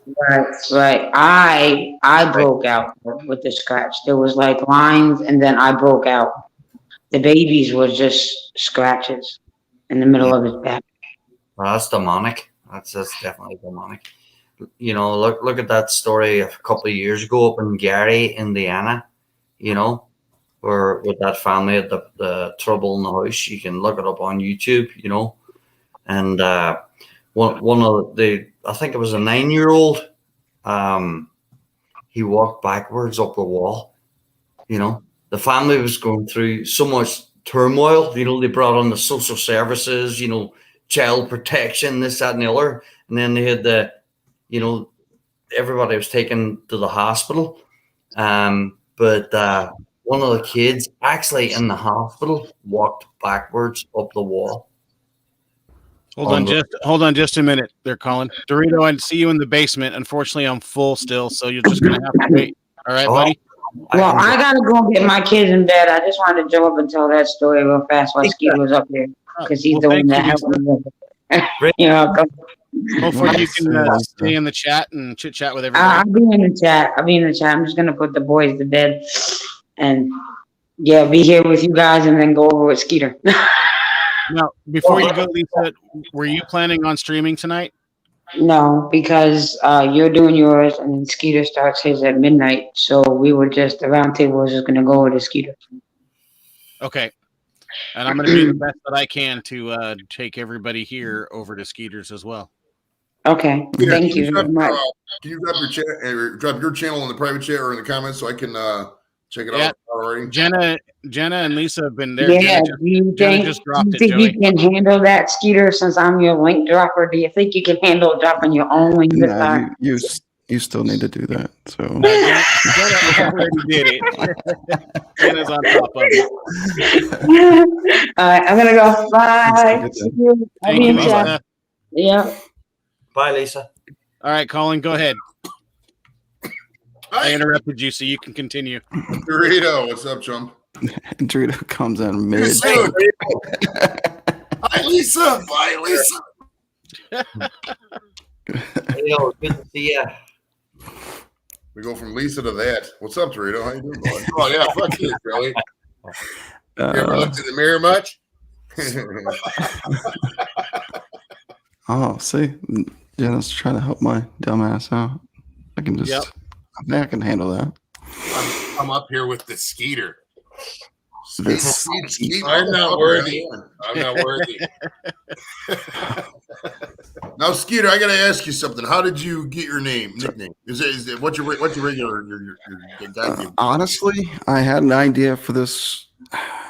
It was cannabis induced. I was watching Sasquatch Hunters, right? And it was like 2 a.m. or something. And I was watching this Bobo guy go out and scream, and I'm like, what the hell? Like, I need to create like a YouTube character and do some bits about this. And I was thinking, okay, if you think backwoods redneck, Skeeter. And I'm like, so I had a Skeeter name, and then I'm like, I'm gonna do a little bit of wordplay. So I add the jerkins. So you get the skeet when you jerkins. So that's how that was born. And I went out looking for Hillary Clinton supporters on my first little bit. So that's where that stupid name came from. Was because after that skeet song, it's kind of the name Skeeter kind of went by the wayside. You don't really hear it much anymore. You know what I mean? Like back in the day, a lot of people were called Skeeter, but the word skeet is a euphemism for spooge now. And we all know what spooge is. It's gross. So we don't want to get Cheddar's channel shut down by talking about that stuff. Yeah, that's what the whole name is based. It's all a play on that. Skeeter Jerkins. That was my assumption was redneck mosquito. Skeeter. There's Skinner Farms shared an interesting experience, which I'm sure many of us have experienced before. But Night. yeah. All right, so let's see here. Not that long ago, someone kept touching my shoulder and jerking on the sheets in bed. Then I kept seeing a dark shadow several times around 3 to 4 a.m. Shadow people. Well, Around the witching hour. 3 And- o'clock would be considered what they call the witching hour, so that would Yeah. make sense. Yeah, that's true. Yeah. Now, correct me if I'm wrong, because you guys are more like Skeeter. He's more on the paranormal and stuff. But isn't that stuff that's kind of like you kind of welcome that sort of stuff in a sense, whether it's subconsciously or consciously? That sort of stuff happens, right? I think yes and no. Like people think it's not up a in the matter air, of right? Because there's no like book you can look at that's going to give you definitive information on this is how this type of thing plays out. But majority of ideologies and religions and cultures believe you got to accept these type of things, for things like that to happen. But then again, it goes through stages. Leading up to being possessed, you got oppression and depression and then possession. That's kind of like the steps these things take, or it might go depression, then oppression, then there's like 5 possession. stages. Well, that's where I brought up the term subconsciously or consciously. You know what I mean? Right. Yeah. Your own they got to get in. It's like when I go into those situations, like I'm open. Like I do my like when we go into this asylum Monday, I'll do my little ritual before I go in, and then I go in and wanting some like it's almost like. But here's my thing: is like I'll put myself on the line. Whatever you want to do it. I don't care as long as we get it on film. Like if I'm going to get mauled by something we can't see, it didn't get happen, it on so it film. wasn't on video. Right. But I'm not going to be like going in for my production channel. Me and my partner, we made a pact. Like we're not going to fake anything. We're not going to overreact to anything. 100% legit all the time. Like I don't want to be on there like Zach Baggins ripping my shirt off trying to fight the air. And I don't want to be like on the opposite side of the coin where you got Jason from Taps that does the Ghost Nation now. And nothing to him is haunted. Nothing to him is evil. Then you go to Zach Baggins, who everything is Satan and everybody's getting killed, and Zach's feeling weird all the time. To me, I think that's kind of what we're missing in the paranormal world is just showing people legit like what paranormal investigations really are 90% of the time is you running around in the dark, finding nothing, not really finding shit. Like, I mean, you get feelings and you can hear things, but a lot of people be looking for orbs, Right. Yeah. Orbs. That's another people watch big X-Files and they think it's going to be something quantitative. More than likely, if there is any extra, terrestrial or alien, whatever word you want to use, paranormal, beings on the earth, is probably some kind of something we couldn't even grasp. Maybe it's an interdimensional thing. I mean, it's definitely out there, Joey. It's definitely. Yeah, no, I believe there's spirits. I believe because I believe in the soul. And if you believe in the soul, it's got there, like I keep saying, the spiritual ascension and stuff. If you truly believe that you have a soul and you believe that there's soul, it's got to go somewhere, right? There's good and there's evil. You know what I mean? And so then you go further. If you believe in a soul, is there a higher power? Is there, demonic, I mean, so that's the way I'm looking at it is by my faith. I believe in a higher power, but I believe in all these things. And I believe that that's part of an ascension. Not that you're purposely there and you got to work to get to heaven. No, that after you die, your soul chooses whether it's going to stay or go. And if it's a bad soul, then, who knows? No, exactly, Chip. But it's just remember faith, all that I have.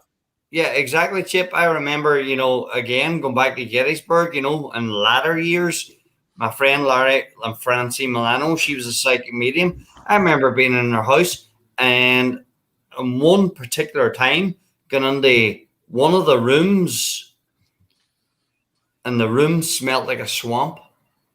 And I mean, you're talking a box house. You're not talking a big house or a big townhouse. You're talking a box house in the middle of Gettysburg. I went into that particular room. It smelled like a swamp. I mean, the mustiest smell I could ever smell in my life. And and if you walked 3 paces into the next room, it was as fresh as the Glade plug-in they had on the wall. You know what I mean? And after 10, 15 minutes, that smell was gone. It never ever was back in. So that was a spirit. That was a spirit traveling through that house. I am sure, because I've never smelled anything like that in my life. And you know what? Because I was there, it was my first time. I was raw to this type of conversation.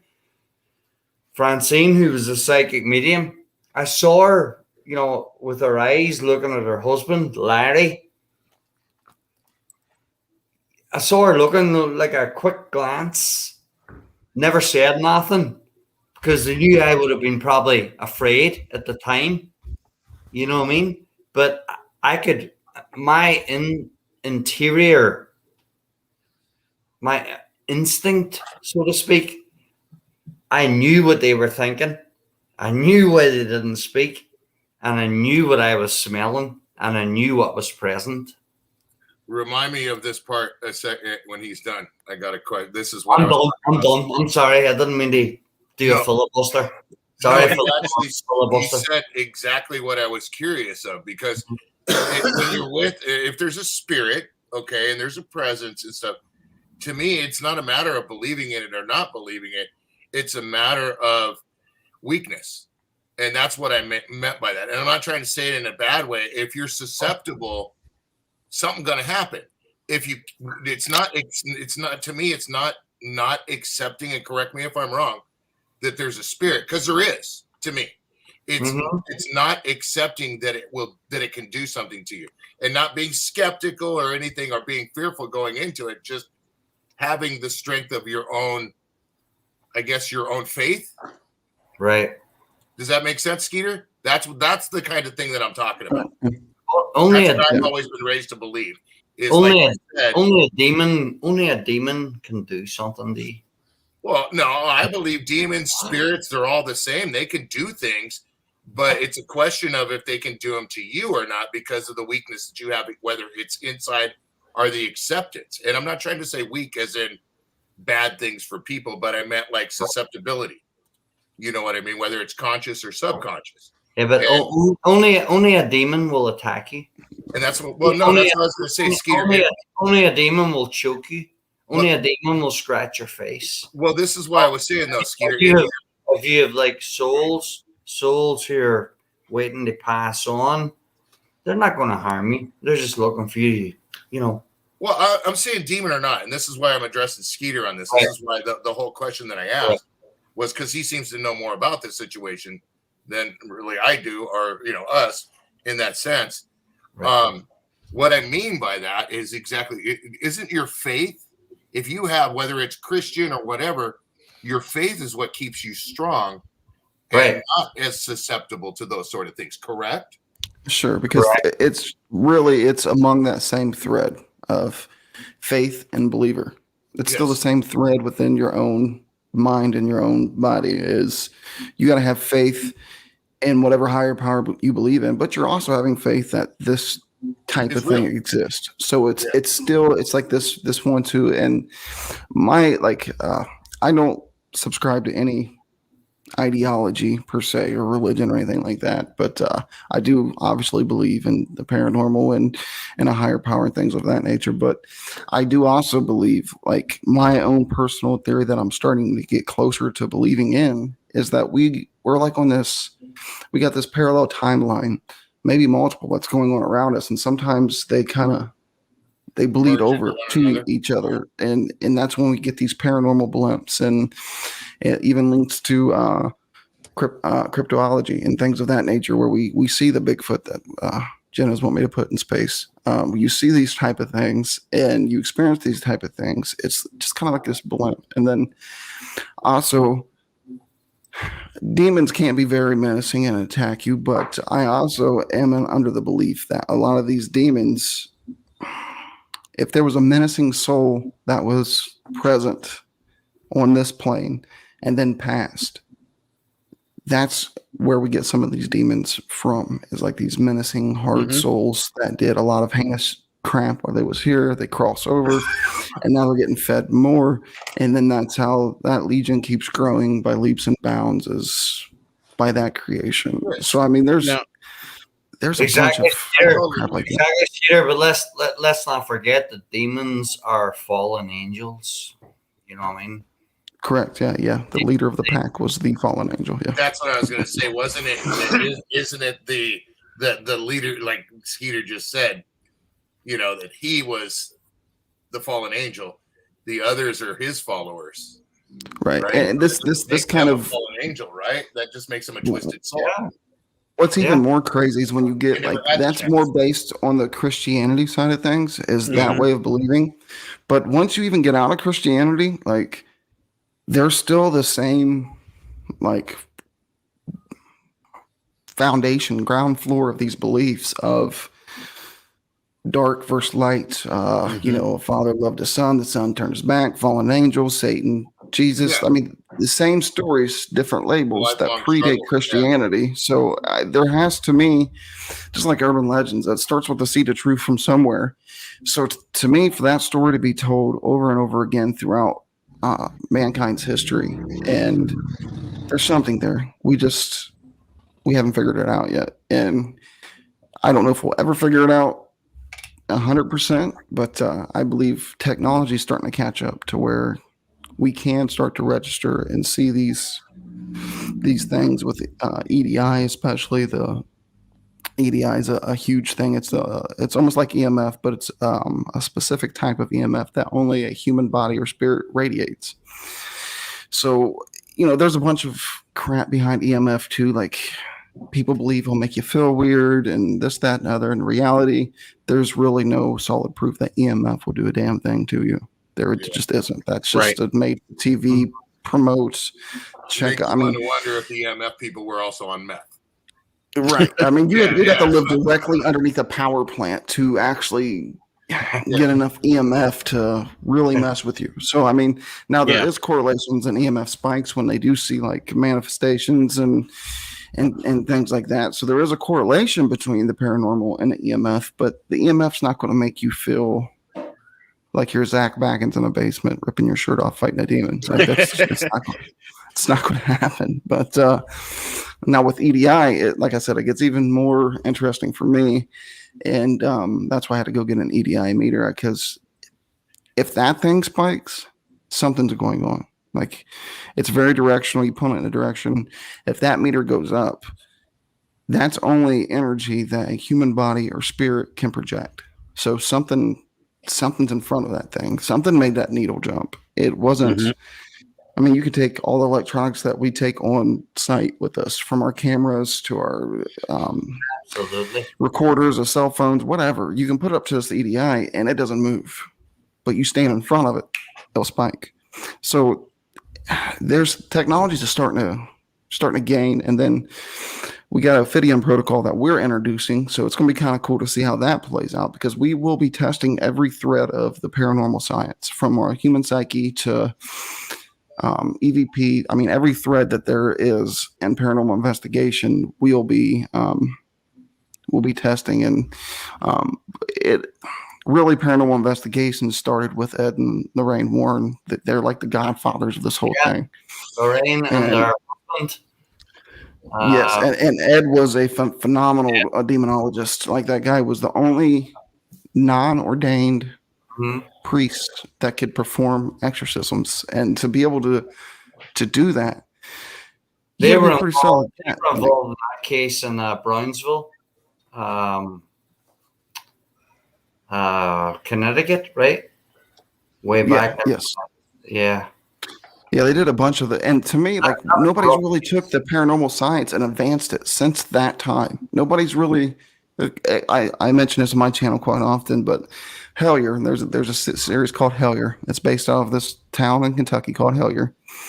And down there, their cryptos, they got the Kentucky cave goblins, I believe. That's kind of, and there's a bunch of things on that. But within this show, they add the Estes method, which now you see every other paranormal club kind of jumping in and using this method.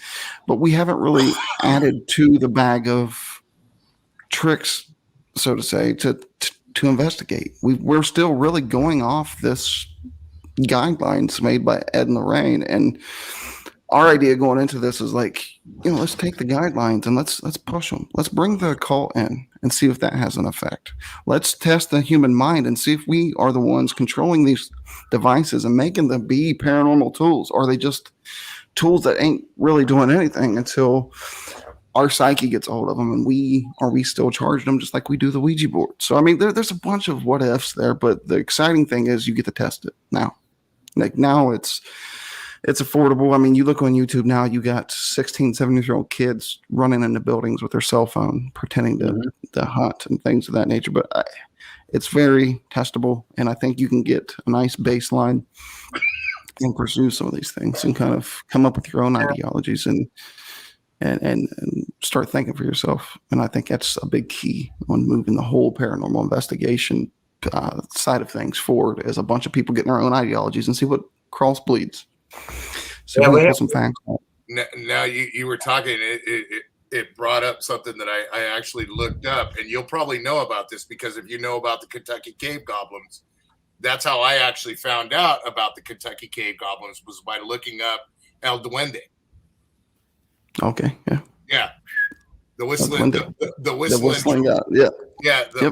The whistling troll, or not a troll, but he's a gnome.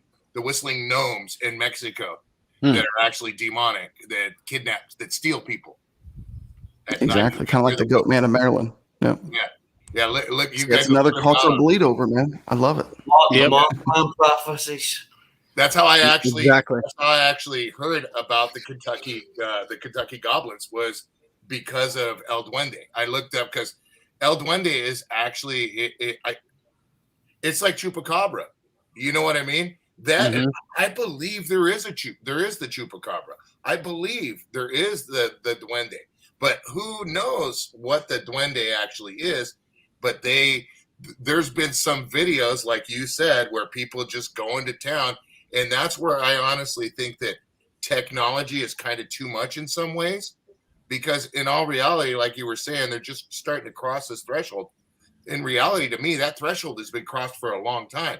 Just nobody's accepted it.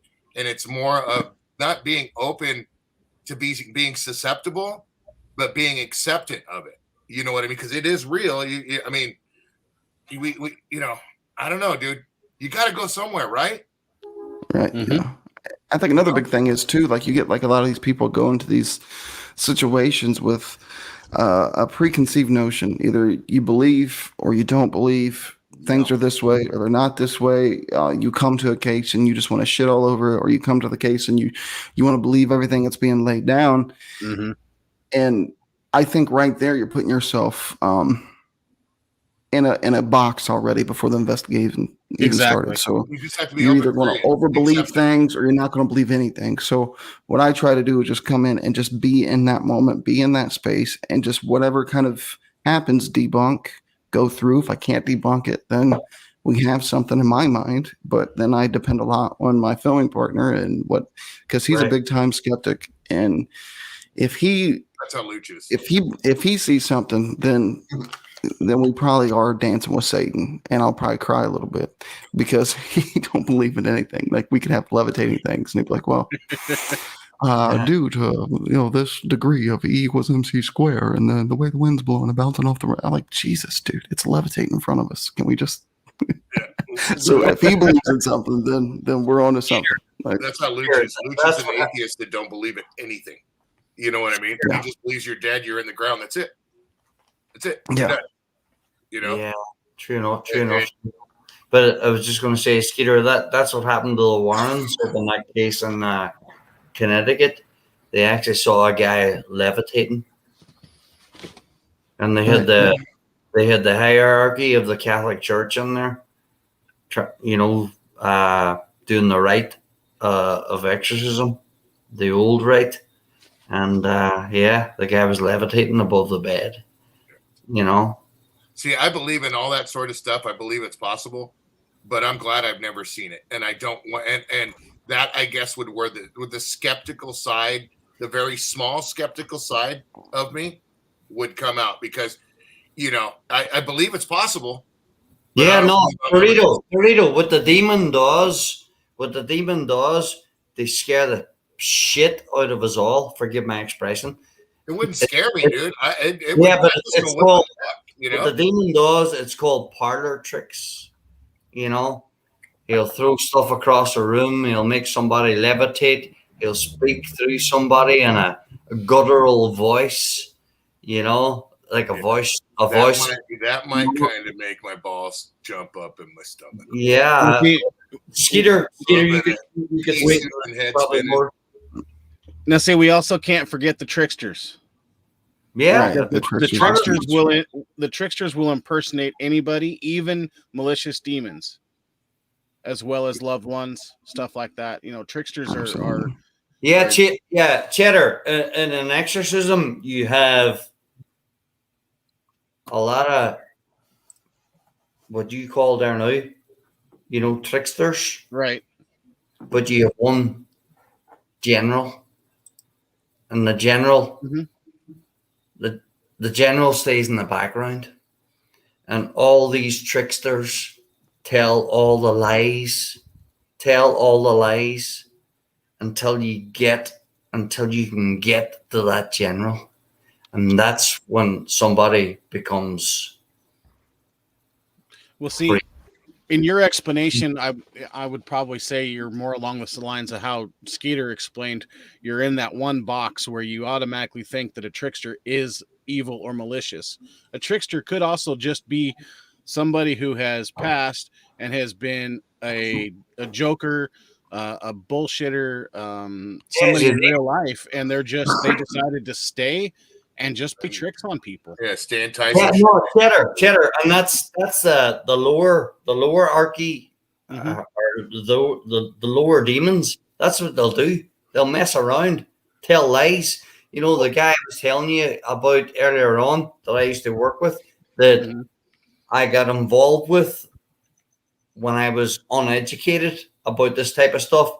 He was telling me that his wife was overcome, and stuff was coming out of his wife's mouth was telling him his history. Stuff he said even his mother and father didn't even know. Right. You know what I mean? See, I have my trick. Now this is different to me. My trickster experience, what I've always had, and how I always felt that like I said, my mother watching over me as well as my father, was the hawk thing. Like, you guys see me always put up a video of a red-tailed hawk. Whenever I see one, they're not far from me, bro. And, knowing how hawks don't really get too close to humans. You know what I mean? Right. So every time I see a red-tailed hawk, that was my father's, that was his nickname, was Hawk. And so we always do that. My Luch's ex-wife, when my father passed away, and she helped out a little bit with him when he was in the home. The day that he passed away, she saw a red-tailed hawk right there. Wow. You know what I mean? Bad situations where I've always just felt down in the dumps, red-tailed hawk. So, I guess the trickster thing, I've always, either down in the dumps or just feeling something, I've always had that sort of where that's the thing with me, is the red-tailed hawk. So I can kind of relate to that, but I never really looked at it that way. I just always kind of thought in my head, oh, my dad's right there. Dorito, absolutely. Wow, that's amazing. And if I can quickly just share, I don't mean to keep jumping on here, guys. Kick me off if you want. I'm excited about the audience. But Irishman need not apply. Get rid of Colin. I'm just kidding. Oh my God. I'm just kidding.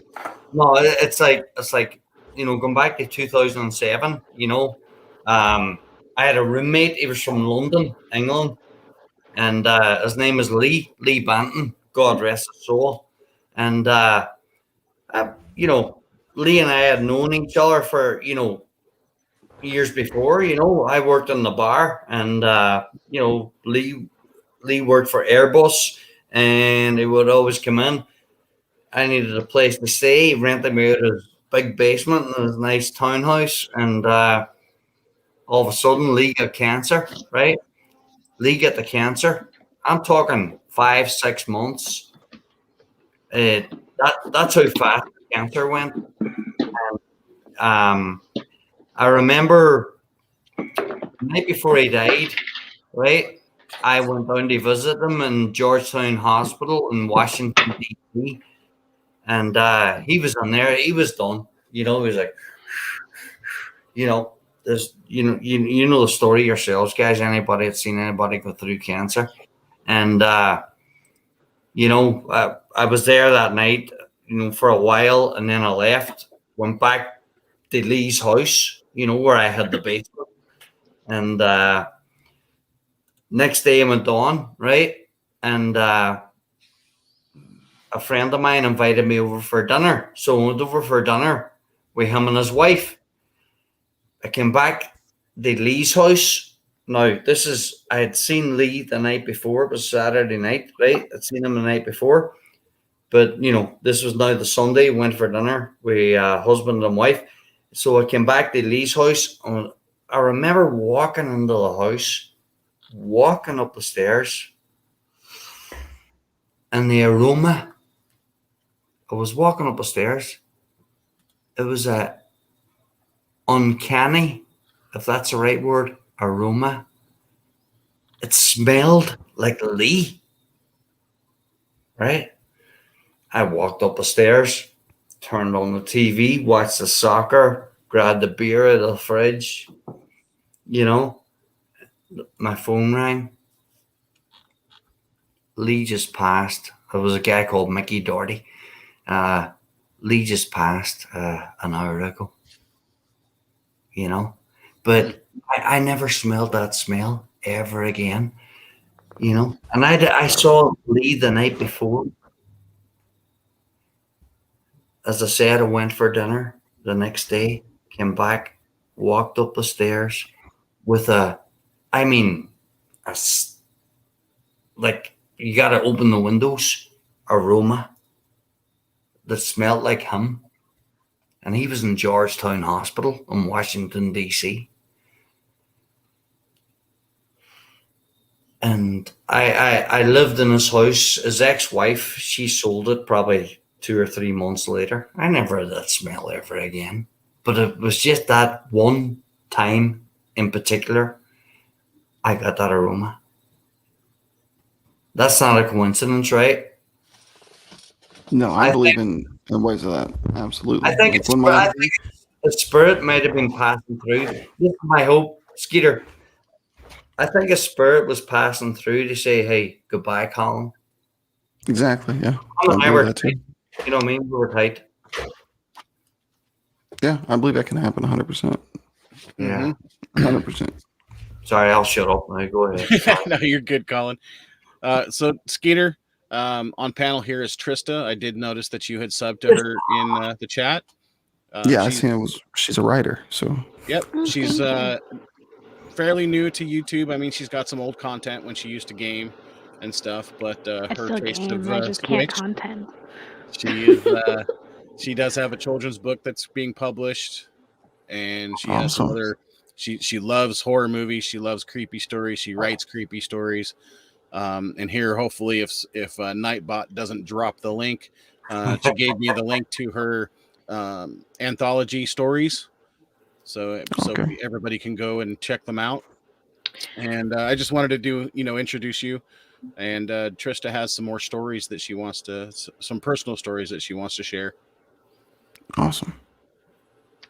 So I think the one that I shared earlier is probably my best one.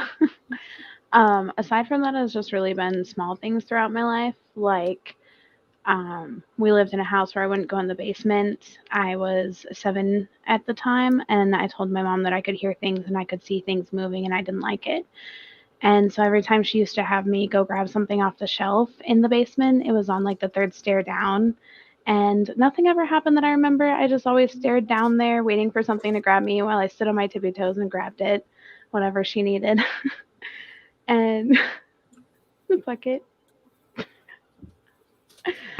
Um, another time, something that happened was I had a dream one night that a family member of ours kidnapped my niece and nephew, my sister's children. And it was a really vivid dream. I remember chasing the family member through really like decadent hallways and archways, and it looked like we were running through some historical buildings down in the central part of our town. And we ran out of one, and there was the one ways that come off of Central. And I remember chasing my family member out of the building, and right when I was about to grab her and the kids, I woke up. And that morning before I went to school, I told my mom about it. And I went to school that day, and when I got home, my sister and my mom were waiting for me, and they told me that my sister had called my mom about an hour after I left for school, and she had told my mom about a dream that she had. And word for word, everything that happened in my dream had happened in hers. And so, yeah, they told me about it, and nothing ever happened. You know, my niece and nephew were never kidnapped. Nothing crazy happened, but that was that was one of the weird things. Um, Another time, my sister and I were out on the edge of town, and where we live, there's like farmer fields everywhere. Any dirt road you take is someone's private property. And we were out one night where there was this abandoned schoolhouse, and on the road that we parked on was surrounded by fields on each side, but if you walk through the field, you can get to the farmhouse. And we had never visited it before, so we decided to get out of the truck and go for a walk. And about halfway through the field and towards the house, we got this feeling, and we both kind of stopped walking. We looked at each other, and we kind of whispered, and we were like, I feel like something's watching us. And like we both we both kind of stood there listening, and there were no sounds, there was no wind rustling, there was nothing, we couldn't see anything, but both of us just knew in our gut that we needed to leave. So we both turned and ran back to the truck where my sister's boyfriend was waiting, and we got in and we left. Yeah, Tristy, your gut tells you, you Yep. know, like I definitely believe in that. every morning I leave my house now, my apartment building, and it's 100-year-old building. Every time I leave every morning, I'm always looking to the side, hoping not to see that hologram. That's the only way I can explain it, that I saw last November, you know, and, you know, and, you know, I just, you know, I mean, every morning, even this morning, I was working today. I got up at 5, left. I'm always looking to the side, you know, you know, I wouldn't say I'm afraid, but I just don't want to see it. You know what I mean? Mm-hmm. That's what I was going to say. I don't think I'd be afraid. Right. And I believe that stuff's real, but Right. I don't want the mind fuck. Yeah. You know, I really don't, dude. It's something else to completely think about in my life that's really going to confuse me that I will have no answers for. So yeah, because you know this little town that I live in, you know, I used to live in the city, right? But I moved out to Lovettsville in Virginia, you know, almost by Harper's Ferry, right by the Blue Ridge Mountains. You know, the town is like the settlers came in here in 1733. You know, pre-colonial war. You know what I mean? And you know, the old churches there, the old graveyards there, they don't bury anybody in it anymore, but it's still the old headstones, you know, they keep up. So this place is alive. You know what I mean? It's alive. You know, it's like Chetter talking earlier on, you know, going to Gettysburg, you get that feeling coming over you when you go in there. You know, this place is alive, and who knows what happened here, you know? And plus, you know, I'm talking 1733. Sure, my building's only 100 years old. You know, it's 6 apartments on one big building. You know, it's not like an apartment complex like you could imagine. You know, it's just one big building, 6 apartments. But you know what? It used to be a home, a family home. So who knows who lived here? what happened here. You know what I mean? Well, I mean, in every apartment unit, somebody you have to assume would have died. You know, Some sort of if- tragedy or some Yeah, sort of year over year lease. I mean, if the average lease is 2 years and the apartment building is 100 years old, I mean, the average of 50 people have been in an apartment. Chances are, odds are quite high that everybody's, every unit has had somebody die in it. You know what I mean? It's Yeah, but yeah, no, exactly, Joey. But my point is, this actual building, that I'm in, it's not like a complex. Imagine renting an apartment. It's just one big old house, renovated, 100 years old. Used to be a family home. Who knows who used to live here? It's like I do pest control. And I remember probably last year I was down in Alexandria, Virginia. Went down to do pest control, and exactly the same style of house that I'm living in now. And there was a girl in there, and she said, "Hey, we've been in here 2 years." And you know what she done? She took me out the back. She took me down the backyard, and she showed me a plot with all headstones. And she said, "Look, we take care of this. These are all the people that used to live here." And I thought it was kind of weird, but not weird, because, I was kind of intrigued, so I started to get into conversation with her. And so we went back up to the house, old house, from from the George Washington days, they were having rodent problems, mice problems. And all of a sudden she says, "Yeah, all these people, they used to live here, and there's people buried everywhere." And she said to me, and she wasn't crazy, and she's fine. She said to me, "And you know what?" She said, "Those people are still here." And I clicked on straight away because of the conversation we're having tonight, so we're all know what we're talking about. You know what I mean? I clicked on. I says, "Oh, really?" She says, "Yeah." I says, "Well," I says, "So what happens?" She said, "Well, we're in here 2 years." She said, "In the beginning, they were a little bit apprehensive."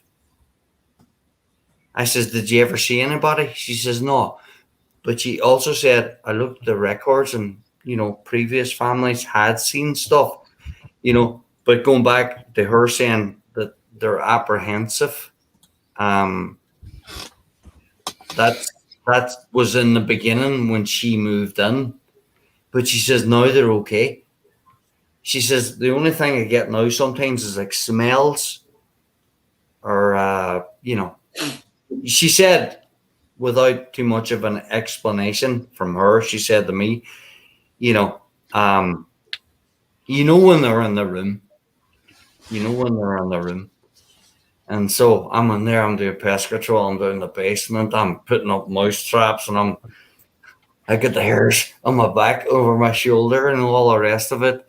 But no, pretty cool, actually, But she, but it's probably just like what I said, earlier. In the beginning, when I moved on here, there was, quite a bit of activity, But you know what? And in the last lot of months, it's been very quiet. Doris. Oh, go ahead. That relates to the girl who had done the pest control, and also hers became pretty quiet after a certain amount of time. She actually thought they were trying to suss her out. You know what I mean? Right. So, yeah, suss her out. New person, and I think that's the same here too. They were trying to suss me out, Right. what type of person I was. But Skeeter, you can probably elaborate a little more on that. Well, before we continue, I want to ask for some volunteers to swap out the panel, get some time for some other people Sure. to pop up. I'll jump on. I'll jump on. You can and, listen. Yeah, I got to get ready to go stories and myself. stuff. So, Yeah, I'm gonna Skeeter, get what ready to time go. is it there? It's 11 o'clock here, so I got about an hour, and I got to set up. Skeeter, where are you? All right. What state? I don't. What What's state that? do you? What state do you in, Skeeter? For tonight, I'm doing the live spirit box, and I'm trying to figure out put a static cam on this stupid Ouija board so we can watch that planchette. But I don't know if I'm going to be able to achieve that because OBS is. Here, I was asking you what state in America are you in? Indiana. Oh, you're in Indiana. Oh, wow. Yeah. Cool. Virginia. Yeah, Virginia. You're in Gary. Yeah, I used to live in Virginia. I used to live in Norfolk, so I was down there, and all my family's from West Virginia. So Awesome. Nice. Awesome, brother. So good to meet you, brother. So yeah, yeah, it was nice to meet you too, Colin, and Peter's thanks for going to be having me, Chetter. starting his stream here in about an hour or so. So let's see if we can get some other people up on panel, share some stories, experiences, whatever. Yeah, I got nothing to do. So I'll jump off too, man. Thanks for having me up, guys. For sure. Thank you, Joey. Yeah, it was nice to meet you. And glad to be here, guys. Thank you. Later, Skeeter. You have a good one, Skeeter. We'll see you over there. I'm going to be there tonight. All right, I'll still be in the chat as I'm setting everything up. Man. All right, cool. But I appreciate it. You guys have a good one. I can pop down too if you want me to. If you want to make more room for other people. Yeah, me too, Chetter. I can jump. I mean, if you want to go for it. I was down there for 20 minutes. I saw. But yeah, if anybody wants to pop up on panel, just share your stories. And then I saw Doritos Youth. It was scary. Go ahead and hit the link at the top of the chat, and we've got about another hour before I'm going to shut this down, so we can go say hi to Skeeter. Yep. If somebody else comes up after the panel's full, I can pop down. I ain't got an issue with that, bro. Okay. No, if you get I was ready to. Chetter, I'll jump. I'd love to stay. Kid. You gotta kick me. Story. Oh yeah. So, Chattio, how you doing today, man? I'm good. I was next door. My neighbor cooked up my bone-in pork chop, so I had some good dinner. And then I came home. I was like, "Crap! I have to get on here." So that's why I'm in the basement. Let me tell you, Chetter needs to do some cleaning. That basement is dirty as hell. But I do have a story, personal experience. There's a location not far from me, outside of Aurora, Colorado. It's east. It's in Watkins, Colorado, called Third Bridge. And if you find it, it's kind of hard to find, but we did find it and know exactly where it is. We found it in high school. You go out there, get out of the car, close the doors, and just be quiet for a while. You start hearing boom, boom, boom, boom, boom, boom, boom, boom in the distance. Native American drums. Boom, boom, boom, boom, boom. And they get scarier. Like they start getting closer. It almost sounds like screaming and all this stuff. I didn't believe it. I was like, okay, there's obviously someone messing around and whatnot. It did freak me the heck out. And I was like, wait a minute, let me research this. I did research it. And yes, that area was, there was a battle between the Union Army and the Cheyenne natives of my area in Colorado. In that area, it's very well documented. So the drums were spooky. There have been also teenagers killed in car accidents going high speed out there, just hitting the guardrails. You're just going off into the ditch where the river is and stuff. So all of it kind of added up. It was really freaky. And I went out there. I think the last time I was out there was maybe 8 years ago. Similar experience, and I was early 30s at the time. It was just so freaky. You could just hear boom, boom, boom, boom, boom, boom, boom, boom in the distance. You're right. Dorito, it's very freaky. There's a lot of haunted areas here. Oh yeah, that is the closest to where I live, and that's like maybe 20 minutes driving 40 miles an hour east of me. Yeah, no, I was listening, bro. I was just tapping myself on the back and being proud of myself because I put my name up there, and then the nut rub thing too. So I was like doing a big we also have two confirmed haunted hotels in the state of Colorado. The Brown Palace downtown Denver. My mom even had an experience there when she was like changing beds and stuff, whatever that's called. Cleaning the rooms back in the early 70s. She had experience there, and of course, the hotel that The Shining is based off of, Stanley Hotel, Estes Park. I haven't been there to experience anything, but I've heard plenty of stories that, you see Stanley, the original owner, late at night you see his orb just kind of walking the hallways. Yeah, that's So- crazy. That's great. Yep. Crazy shadow. You know, Yeah, I've never experienced like an orb or like I guess like a visual of a ghost, but I've just heard that random stuff like those Native American drums off on Third Bridge. That was freaky enough for me. I'm like, I don't think I'm going to Third Bridge again. That really freaked me out. Yeah, I've never seen orbs, but I've Yeah. taken photographs that had Mhm. orbs in them. And again, that was up in Gettysburg. That had, There's a lot of Orb. video images and Mhm. pictures and stuff of orbs that you can clearly see are dust. Their reflections, their glares. I mean, you can easily debunk them. Orbs are very Mhm. rare. yeah. No, So the bringing one- more the ones those that experiences. I cut, I wish I had the photographs here to show you at the moment. They were fluorescent. You could tell it was just something abnormal as Right. far as taking at that time. I would, Doris you- and them were doing a thing of the hotel down here in Southern California. What was the name of the hotel again, Doris? I can't remember. But they were doing a live stream a few times about the hotel down here where it's supposedly really haunted and stuff like that after so many floors or anything. I can't remember. I just Doris. I had the name of it Jenna. at the tip of my tongue before this started, but I forgot the name of it. That's why I had to say something before, Mm-hmm. Alzheimer's. Yeah. No, you're good. Like Shadow was mentioned back in the 70s. I mind my mother telling me a story. My mother was born in 1952, and I guess Mine was born in 53. Yep. yeah, I guess she told me she was out with her friend. Cecil. That's what it was. disco. Thank you, baby Jesus. What was the name of the hotel? Cecil Hotel. Cecil Hotel. Oh, Yep. yeah. I've heard a lot about Cecil. Yep. Yeah, it's not far. It's in LA. We've actually had some job sites right by it, and they keep talking. I keep forgetting to snap pictures, but if all you guys get your little ghost hunting stuff down someday, and everybody comes down, I'll be more than happy to sit out front with the car running. Right? That's how I feel about Yeah. freaking Third Bridge. I'm like, nope. You guys have fun. Well, Skid Row's right down the street, so too. Oh, so, yeah. Yeah, you- chances you are know. shit's happened there. Yeah. Yeah, get somebody come walking up to you and pull out a knife and say, "Break yourself, fool!" Hello. So since Dorito brought up the Cecil Hotel, I wanted to come up and talk about what.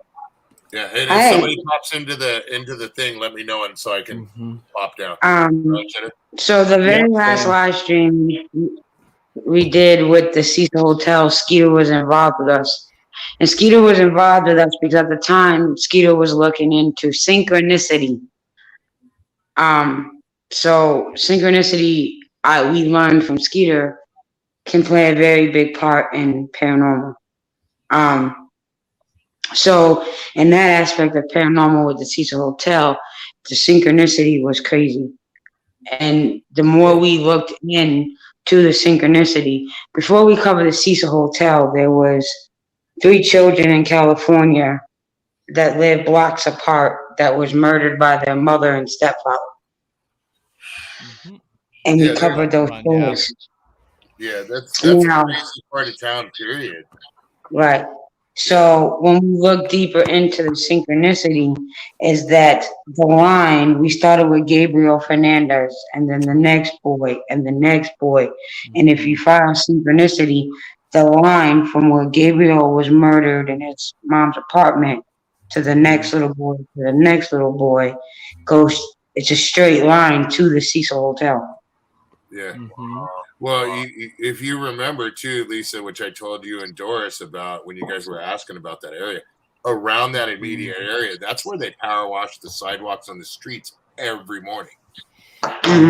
It's just so nasty, and there's so much craziness around there. It's a bad. It's right. Oh, you can feel the energy, Dorito. You can feel the energy. Is that the Hollywood area or is it? No, No, Cecil Hotel is right. Cecil Hotel is is right in the middle of Skid Row. Okay. Nowhere near It's like- Hollywood. It's closer to Well, East, Hollywood East is a LA. shit show, too. It's more on the east side of Yeah. downtown Los Angeles. It's like the beginning of East LA. East side LA. Okay. So what's Now, the this myth? is What I was just going to ask, what the myth is behind the Cecil Hotel? the myth is American Horror Story, that show, they covered the Cecil Hotel. Yeah. Well, you also got the 4th Street Bridge right down the street. Don't forget about that. Right. Okay. I did see that season. Okay. Right. So basically they're thinking that there was a multimillionaire that built the Cecil Hotel. And they're thinking he wasn't a murderer, but he did awful, awful things to women in the hotel. Lisa, what date was that hotel built? 1818, I believe. I believe it was 1818. Oh wow! Yeah, So I have to go that's look. about that old. Yeah. 18. Wow. Yeah. So Right. So They talked we, about the Night Stalker too, Codio. And right, that the Night guy, Stalker was there. It is believed that Eileen Warno stayed there when she was on the run. It's believed that Ted Bundy had stayed in that hotel when he was on the run. The other thing besides the big known serial killers that have passed through there is we covered all 50 murders that are on record up until the most recent in the Cecil Hotel. A few of them had to do with children, babies. There was a woman staying in a room with her husband, and all the paranormal crazy stuff happens from the 18th floor up. You go past the 18th floor, that's where everything starts. 18th floor. I thought The noises, the craziness. People go through like these crazy psychotic breakdowns. It's just craziness. This woman was pregnant, said she didn't know she was pregnant, gave birth to her baby in the bathtub. Husband never woke up, who was sleeping in the room, and she literally football tossed his baby out the window that it landed on a roof of another building next door. Now, the way the Cecil Hotel is set up, she had to have literally football launched that baby for it to be where they found it. Yeah. You know So- Sorry, Lisa. Go ahead. Mhm. We brought So- up the. Oh, sorry, Lisa. Go ahead. I'm sorry. So they said she had a psychotic break. That's what they said it was. Somebody mentioned the Night Stalker there. That's You what I know, was on- just saying. and grew up in the shadow I of was that. I was listening to ex cop from that district who actually, he was a rookie. So before he was on the streets, he was in the jails, taking care of the jails, and he had to do the walk, at night to look at the inmates, make sure everything was okay. But apparently, the Night Stalker, he had a satanic Bible. Yes. And he had also 2-foot high stack of porn magazines. Not in jail. They wouldn't allow that. No, this is back then. No, this is an ex sheriff. Jesse Romero is his name. Very similar to the name of the Night Stalker. That's what he said. I wanted to clear up a couple things that I saw in the chat about the Night Stalker because we. Oh, it was 1920. The hotel opened for business in 1920. Okay. We talked about this remember we talked about the Night Stalker and stuff, Doris and Lisa, about him living there. That guy, about him going in bloody and stuff. Remember we talked about that. Mm-hmm. Somebody said in the chat that he was the one that killed all the prostitutes and stuff. Yeah, he killed a couple of them, but he was named the Night Stalker because he would go into houses and kill people. He actually killed I had an ex-girlfriend. I grew up in the shadow of that guy. I grew up in La Puente, which was where San Diego Valley, which was one of his main places.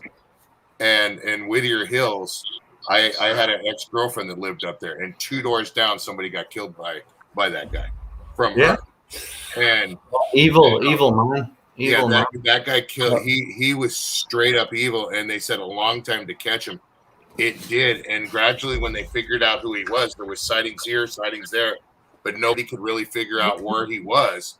And then when he did get caught, it was a neighborhood that did everything but lynch his ass up because the cops got there before they could. Mm-hmm. Well, exactly, Chip. It was the reporter that killed the prostitutes that lived there. And he was able to walk around the Cecil Hotel all bloody and stoned. Like he ran around the lobby of the Cecil Hotel butt naked. Yeah, there's people on LSD and stuff like that. Right. And they were just used to it. They didn't think nothing else of it because it's right in the middle of Skid Row. And people would go in and pay $20, $30 for a week to stay there. Yep. You know what I mean? Those days. Yep. I listened to 2 CA ex-retired cops, Jesse Romero and Ruben Naves, and good man, and especially they're both good men, but when I say especially Jesse, in his rookie days, he checked the aisles where the Night Stalker was, and he's a good Christian man now at the moment, and he's an evangelist among the Mexican community, this, that, and the other, and by God did he evangelize me too. But he speaks very deeply of what he saw when he saw this Night Stalker, And that's death row. You're talking death row. And Elisa Lam, she was the last person that was found dead in that hotel, and then they shut it down. And she had mental illness long before her coming to the Cecil Hotel. And people that talked to her prior to her death said that she was hearing things. And the roommate said she was sharing the hotel room, actually got them to give her own room because she would talk to herself like she was talking to somebody else. And this isn't an uncommon thing for the Cecil Hotel. Unfortunately, Lisa, I'm just jumping on your conversation. I'm jumping all over your conversation. Do you not think that's actually diabolic possession? Well, that would we investigated the real story of the exorcism of Emily Rose. Emily Rose isn't her real name. Elisa Lam and Emily Rose are very similar. Annalise Michelle was Emily Rose, So the round table looked into that story too extensively, and that was a rough. Those priests actually got brought to court. After the death of Annalise Michelle. Yeah, because she died. She died with he was diabolically. She was possessed.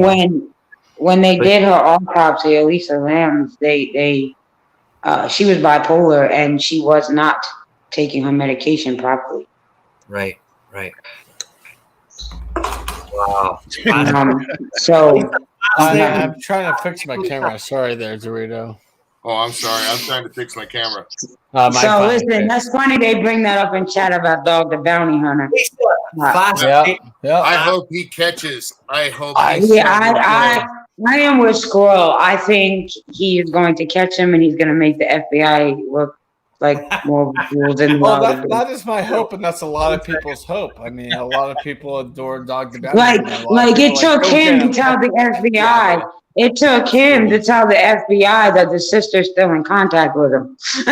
You know what I mean? Right? Like, Yeah, I know. I hope Dog catches him too, but ultimately, I hope, just like Richard Ramirez, that situation, I hope it ends up mob rules prevails. Yep. I'm sorry, Yeah. but I hope they catch him and try him right from the gate. I'm a big fan of Dog. He's a Denverite, so I'm like, yep, get him. You get him, buddy. He's from Denver. well, dog comes from. For a lot of us, we get where Dog came from. Like, he came from the streets. He's been locked up. He's been, he made always a lot of horrible mistakes. And even now, we've made a lot of mistakes. Even now, he apologizes for them, but we're all human beings. You know what I mean? And it sucks that we're in a society now that we have to think, especially in the position where Dog is, where you have to carefully word everything you say, no matter who you're saying it to, because it can be twisted and turned into something else. You know? So, my impression was that at one time he was originally a patch holder of some sort, and that's what got him into a lot of trouble. And you know, and no disrespect to any patch, you know, but I mean at all. But you know, he was, you know, and he turned his life around, and you know, he come from the streets, like Lisa said. He did, yes, he did. You can take the boy or the girl out of the hood, but you can't take the hood out of the boy or the girl. Amen. But he turned that hood attitude into a good thing. Like, let's go get this piece of shit off the road. Let's get him off the streets, man. But at the end of the day, all his mistakes and him not being around his children and living the life that he did around his children ultimately cost him 2 children because they followed his same path. You know what I mean? So it's the sins of the father. You know, people don't think about that and they don't pay attention to it, but it is very true. As children, sometimes we rebel and we live the sins of our father or mother. Oh my God! Flashbacks to last night. Lisa, you're absolutely correct. Lisa, and it's called Generational Spirits. Hi, bud. So we got about another 30 minutes before I end this, and we can all either go over to Skeeter's or wherever we want to go after this. But I would like to ask one more time if anybody in the chat has any further stories or experiences, anything you want to share. Please hit that link at the top of the chat and come on panel. We've got a couple people who are volunteering to step down, so give you some I would room step so down if somebody else comes up for sure. Yeah. And I also do know that when Krista comes back, she does have another story. It's my father's late. Yeah. I think Lisa just nailed it there now, you know, when she talked, you know, what she just said, and it all involves generational spirits. I think Trista said, I saw in the private chat that Trista said she had a story. Yeah, she's got one more story she wants to tell. So go ahead, Trisha. Anybody else want to pop up on panel? We got another 30 minutes. Give you some time to share your tales. All right, Trista, you have the floor.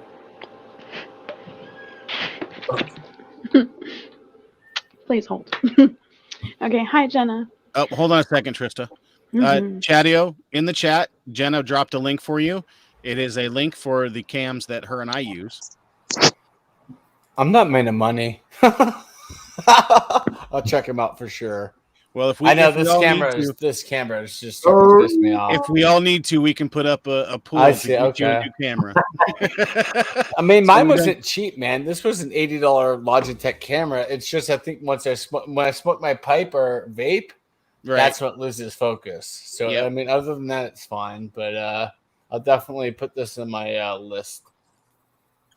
I will say this about cameras, Chetter. You want to figure out a camera? I will, and you're a techie sort of guy. I will send you guys up my 360 view camera.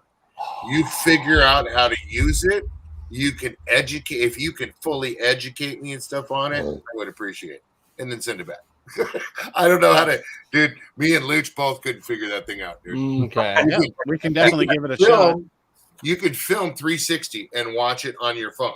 And once you figure it out, send it to me, and I'll get you some good mountain footage over the summer, hiking or off-roading with my neighbor. Right. And I'll send you both. And Christy, if you want to hit that link at the top of the chat, you can come up and we can talk about that. I'd love to hear about it. Top out for her. Yeah, I don't know much about anything in Hawaii, so that's interesting. I am made out of fur balls and beer. Chatty, I will drop before you do. Okay. If someone comes in, you just got in here, buddy. Not my fault. I planned to be here earlier. I got caught up with the neighbor friends. Trista's actually got a story. She said she was going to. Go ahead, Trista. Giving you the mic, girl. I'll be right back. I'm going to grab that camera. All right. Hi, Kathy Bates. All right, Trista, floor is now yours. Okay, so this one is actually recent. I forgot about it because I've been trying not to think about it. So since we've moved in to this trailer, which we're actually moving out of Chetter because we got the rental. Yes. Yeah. So since we've been living in this stupid trailer, our daughter, who is 3, she was 2 when we moved in. So over the course of that age, she would be talking to somebody and, doing like playing with her toys and kind of babbling. And we would walk in the room and it would sound like she was actually having a conversation versus just babbling. And over the course of all this time, we've just been asking her little questions. And finally, one day, she kind of sat down with me and she told me that there's a man that she talks to and he has a black mouth and he's really funny. And she said he's really big, he's really tall, and he's her grandpa. And I was like, what? I didn't have any men in my family that stuck around. You don't have a grandpa on this side. And my husband came home and I was like, okay, so I know your grandpa died before our daughter was even born, but could you tell me about him? And I didn't tell my husband anything that our daughter said at first. And he started telling me that his grandpa was, how tall was he? 6'11" and 3/4. He was 6'11" and 3/4. Wow. Yeah, so he was really tall, and he used to. What was it that you told me that day? I'm glad you're here because now I'm not remembering. When I told you to tell me about him and he died. Yeah. Threw wrenches at me. He was a kind, generous man if he wanted to be, but if you were stupid and not listening, he'd throw a wrench at you. Okay, so apparently if you were nice, he would be nice, and then if you were stupid, he'd throw a wrench at you. But he told me that he didn't really smile because he had cancer in his gums, and so they were black. Yeah, he did chew tobacco. Yeah, and he chewed tobacco. And when he told me that, I was like, really? And so I told him what she said, and he was like, yeah, that adds up. That sounds like him. And so without any prompting of our daughter, we just showed her, my husband showed her a picture of his grandpa and said, do you know him? And she goes, that's Grandpa. And so now we're pretty sure he's what? She saw his ghost. Yeah. Pretty sure. Especially since just last week, we happened, like my husband, he came running in the bedroom and he goes, Nikolai was just trying to get somebody to pick him up. And I don't know who he was trying to get, but he was reaching really high. And like our son was standing in the kitchen trying to get picked up because he does this when he wants up. And he was just standing there in the middle of the room with nothing in front of him doing it. And then he'll laugh and like the kids will just start laughing and talking. And so we're pretty sure he's just sticking around. One day I was getting ready for work in the morning. I plugged in the toaster and I put a bagel in and I went to the bathroom. I came out. The cord was unplugged. The toaster was pushed on the edge of the counter and the cord was thrown over the edge of the counter. And I was like, what the hell, Ghost? I just want breakfast. And so I asked Jacob, I was like, would your grandpa like do anything crazy like this? And he was like, yeah, he would do that kind of practical jokes all the time. He would unplug something, like mess with you. That's crazy. You know, it just reminds me of a story.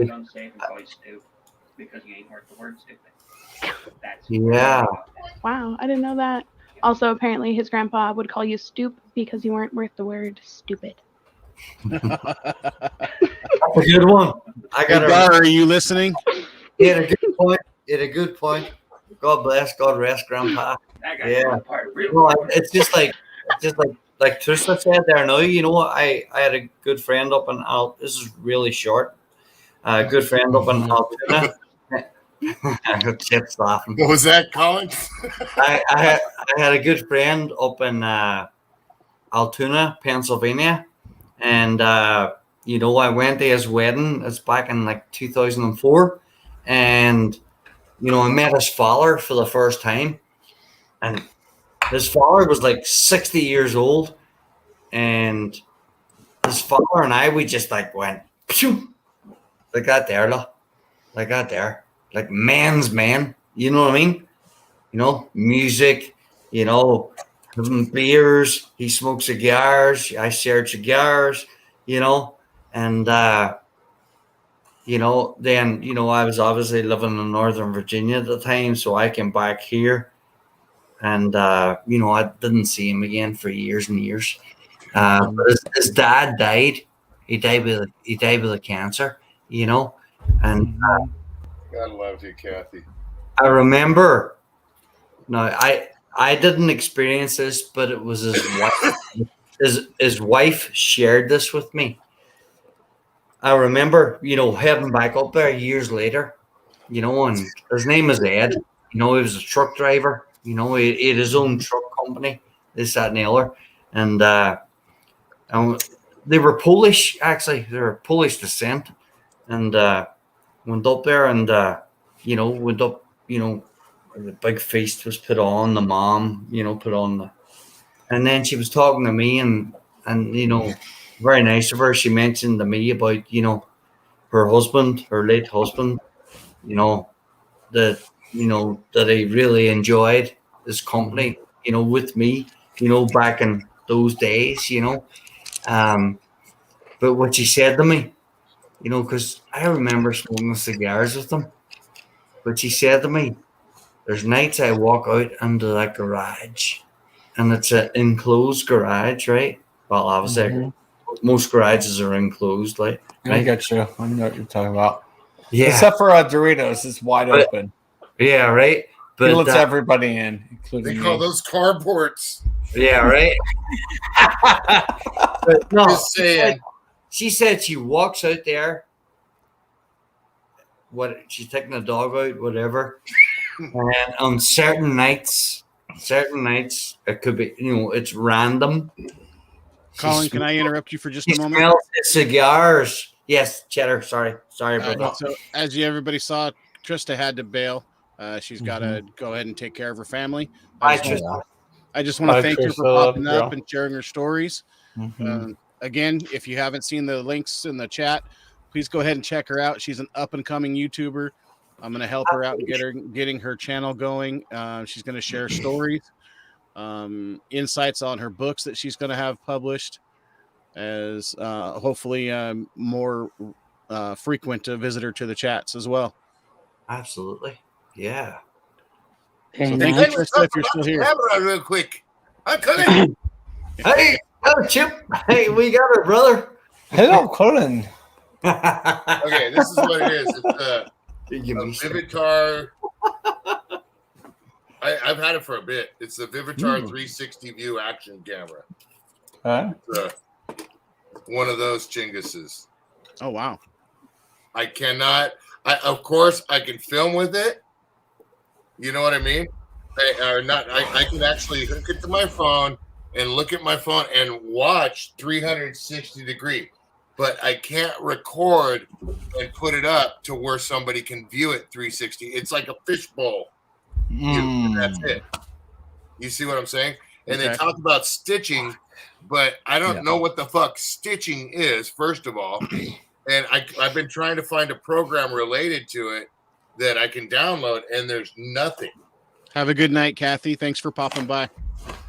Night, Kathy. See you soon. See you, Kathy. Bye, sweetheart. Bye, Kathy. Love you. See you soon. It says there's an app. You know what I mean? But I can't find the app. And that's the thing. How old is it? It's like now it's probably like 3 years old. Maybe. Who's the manufacturer? They might have failed. Okay. You said Vivitar? Yeah. Let me see if I can find the year here. Okay. It's not that. I mean, it's a few years old. So yeah, my be security camera at my house is pretty much useless because the company failed and the app disappeared. Yeah. Well, That's this is where I was for going. It still works with a with a SSD card in there or an SD card in there, but I cannot like access it with my phone There you go, anymore. Dorito. Okay. stitching is the camera putting all the pieces together to make it a complete image. Damn it, Okay. yeah. Let me see here. Yeah, it has everything, and it even has a control, a little wrist controller for the whole nine. Let me see if I can find the year here. So, 'Cause I Chetter, went through it. Yes. I was just going to say, when we're all jumping off here, how do we get to? Hopefully, everybody's going across.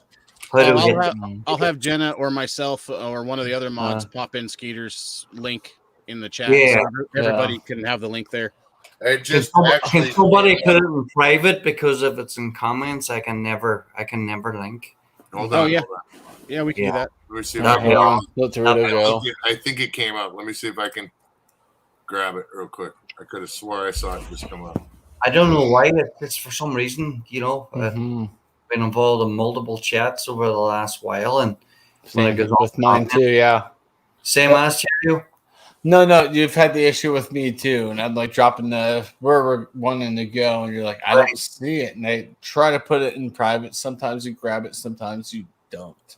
Yeah, exactly. All right, so I would hate to lose this conversation, because Cheddar, fabulous tonight, brother.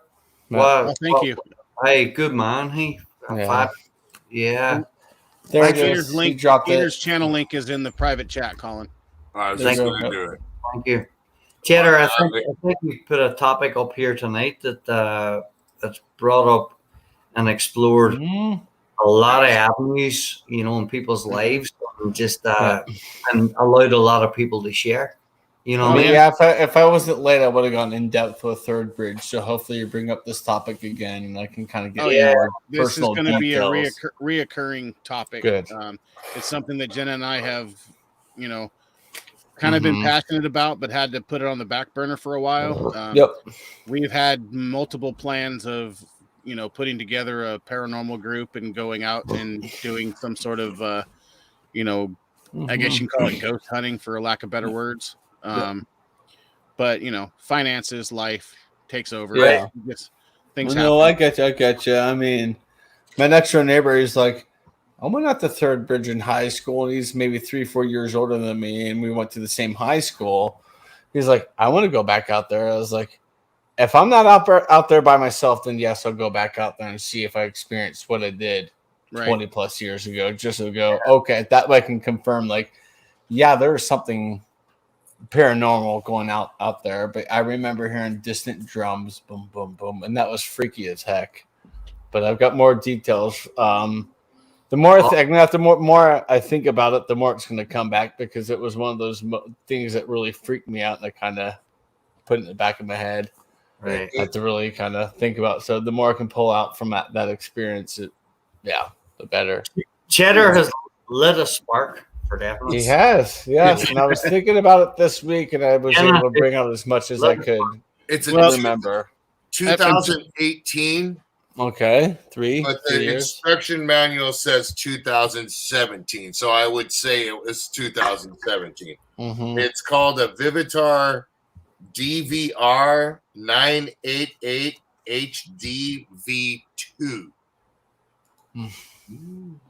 DVR.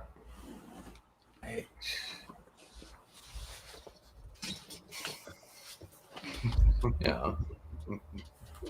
So, playing off of what you were saying, what is that? It comes with a little remote nifty watch. Yeah, my action camera did too. The aliens can beam you up. Yeah, my action camera came with one of those. I love it so much. Go ahead. Here you go, Colin. Try to. But kitten, we haven't got enough. This was a better put of a radio. And there's no more than Uranus, and they're a bit to blue. I'm sorry. No, I actually totally forgot what I was going to say. Shoot, man. But yeah, guys, I'm heading out. I know I'll try to go over there to Skeeters in a few. I'm going to just kind of Well, as soon as you Relax. guys go up, I'm gonna hopefully Yeah. you're coming with. I'm gonna jump over the other side. Oh yeah, now I remember what I was going to say. What's So up? I know from before I started doing all this with Jenna being in the community, there was a lot of people who were into the paranormal. Obviously, Lisa, Doris, a few other people, and since I've started doing this and just a little bit before, I haven't heard much about the paranormal side of the community. Yeah. So I figured, why not? Mm-hmm. Why not start it up again? Yep. Yeah, and you know what, Chetter, I'm not going to say I'm big into the paranormal, but I'm big in the when it comes to exorcism and stuff like that. Well, that still falls in the paranormal because Exactly. Yeah. that's possession. There you go, Possession is Dorito. definitely paranormal. Yeah. But I'm kind of, we're hips. What would they call it? Hip scotching and jump. What's the old cliche? Hip scotch and jump, something like that. Maybe that's an old Irish thing. Mm-hmm. No, I'm definitely in there. Yeah. So, Chatio, are you going to be able to pop in at all tomorrow? Let me on the grab NASCAR his link, stream? make sure I'm subbed to him, and that way I can try to hop on over there. All right, I rectified it and now sub the Skeeter. I will try to bounce over there in 20, 30 minutes. I just kind of want to relax. It's been a weird few days. Now that you've said that, my actual question was about tomorrow. What's that? The NASCAR stream. You got it, man. Like I said, I will try to make the end of it. I do want to do a Buccaneers Patriots watch along, right? Since I am a Buccaneers fan, and I look at the Patriots and want to say go F yourselves because I despise the Patriots. I'm a Broncos fan as well, so it's in my blood. So I will try to make yours. Thrash is picking me up at 8:30 in the morning to go to his house for a brew day, and that could take anywhere between 4 and 7 hours. Wolfie, you're on your own. So we'll see. I will try my best to make at least part of the end, part of the third stage, man. I'll do what I can. Yeah, cool. All right. But right. Till then, enjoy the Wreckfest tomorrow at Talladega. Oh, Later. yes. I watched the other two series today, and it was fantastic. So, yeah. They all ended in a blaze of glory. Yeah. Right. I expect nothing less for tomorrow. Yeah. All right. Chatty, all right. Have a good night. Chatty, before you go, look up on YouTube the cat called Bagpuss. She's right here. I will. Put an image. It just reminds me. That's funny. Bagpuss used to sit on the mantelpiece beside the clock years ago. Pulled it up. Yeah, that's your Bagpuss there. Your best friend. Your best friend there. Oh, she is not my best friend. This is actually my least favorite cat in my house. She never leaves you.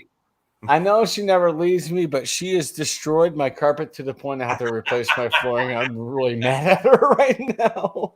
But I'll see you guys tomorrow. Lone Star's later tonight. Lone Star's his best friend. He's under the coffee table right now, right, Chad? Right, Chatty? Stop checking me. Stop checking me. Shut up, Lone Star. I told you. But Chatty in a second is going to be like, no friction. See you tomorrow, Chatty. See you guys. All right, have a good night, Chatty. All right, brother. God bless. All right. So Jenna, I'm going back up the thing here. I was scrolling up. I'm sorry, Doris. I don't know about the hat, but I got it on appropriately, and I got it. Looks good, Chip. Yeah. But I don't know where that had associated with the camera, but I'm trying to figure this out. Now you said that camera. Is there something specific about this camera I should know? I'm just saying because it is literally driven me nuts. And you said there's an app, but you can't find it? I couldn't find it. No, I couldn't. I found it and downloaded it onto my iPhone, but I couldn't find it for my computer and download it. It was weird. It wasn't, and I got a Mac and I got an iPhone, but it said that it was more comparable with and I didn't know this till afterwards when I bought it. It said on that with the Android phones. The whole hat thing was because no matter what conversation that's going on, whenever Lone Star's on fucking panel, he brings the fucking conversation back to the fucking hat. You and fucking Jenna kept doing it with the fucking camera. People are trying to have another fucking conversation, and you're showing the fucking camera. 5 minutes later, you show the camera again, and then you're showing the fucking thing again, and drop it. It's not paranormal. It's paranormal stream, not a fucking camera stream. No, we were. Give it them cards. Damn.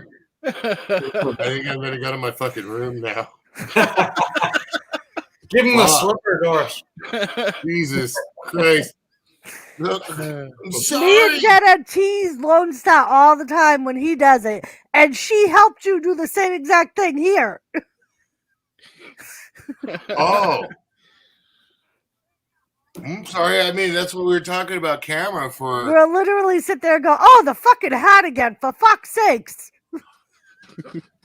There you go. That's I didn't get that. Go to bed now. Go to bed now. Tuck And yourself. no, Wolfie, I've been scroll up drinking here. coffee. But you know So- what I bought today when I went food shopping? Eggnog. So I will be Ooh, drinking my Captain and eggnog tonight. There you go. Good stuff. They So had it out before- early. I was so excited. Before I end the stream, Doris, would you like to recap the Make-A-Wish donations that we are we are accepting? And I have a certain image queued and ready to be shown. So if you'd like to fill everybody in, we have a little bit of time before Skeeters starts. So as you all know, hello, Skinner Farms. Lisa and I, or how some of you know, Lisa and I do something on Friday nights called the Roundtable Report. And the way we first started that was by covering the Tiger King. It was a series on Netflix all about Joe Exotic. And if you've ever seen Wolfie, Wolfie could pass for a exotic Joe. So we made a wish with his wife Dar to on our next, because Joe Exotic 2 is coming out in November.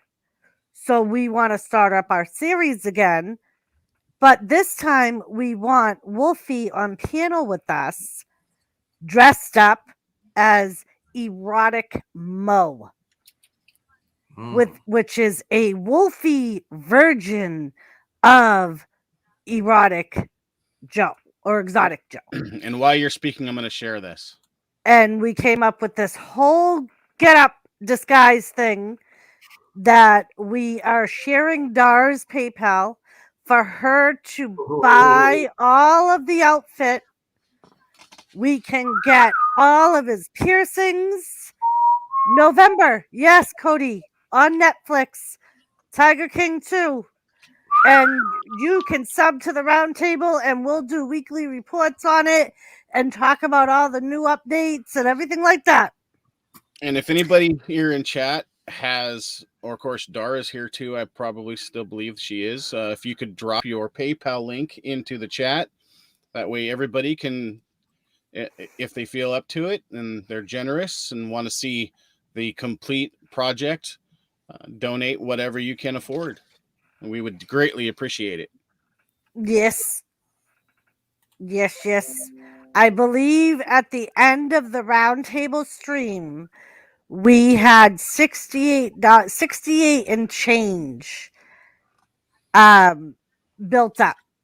And we can get most of the get up by then, but for more Accessorized. elaborate accessories, like Dorito said. Yep. We wanted to raise a little bit more money in case we end up finding something more that would They're go more shooting with for it. assless chaps, people. Right, assless chaps. Yep. We were Doris, shooting for assless chaps. can you explain the type of accessories we were exploring last night? Yes, I believe I should still be on my my. Amazon. So we I can remember share this story. that. I think And then that's I what will put said you good on night. solo when you're ready.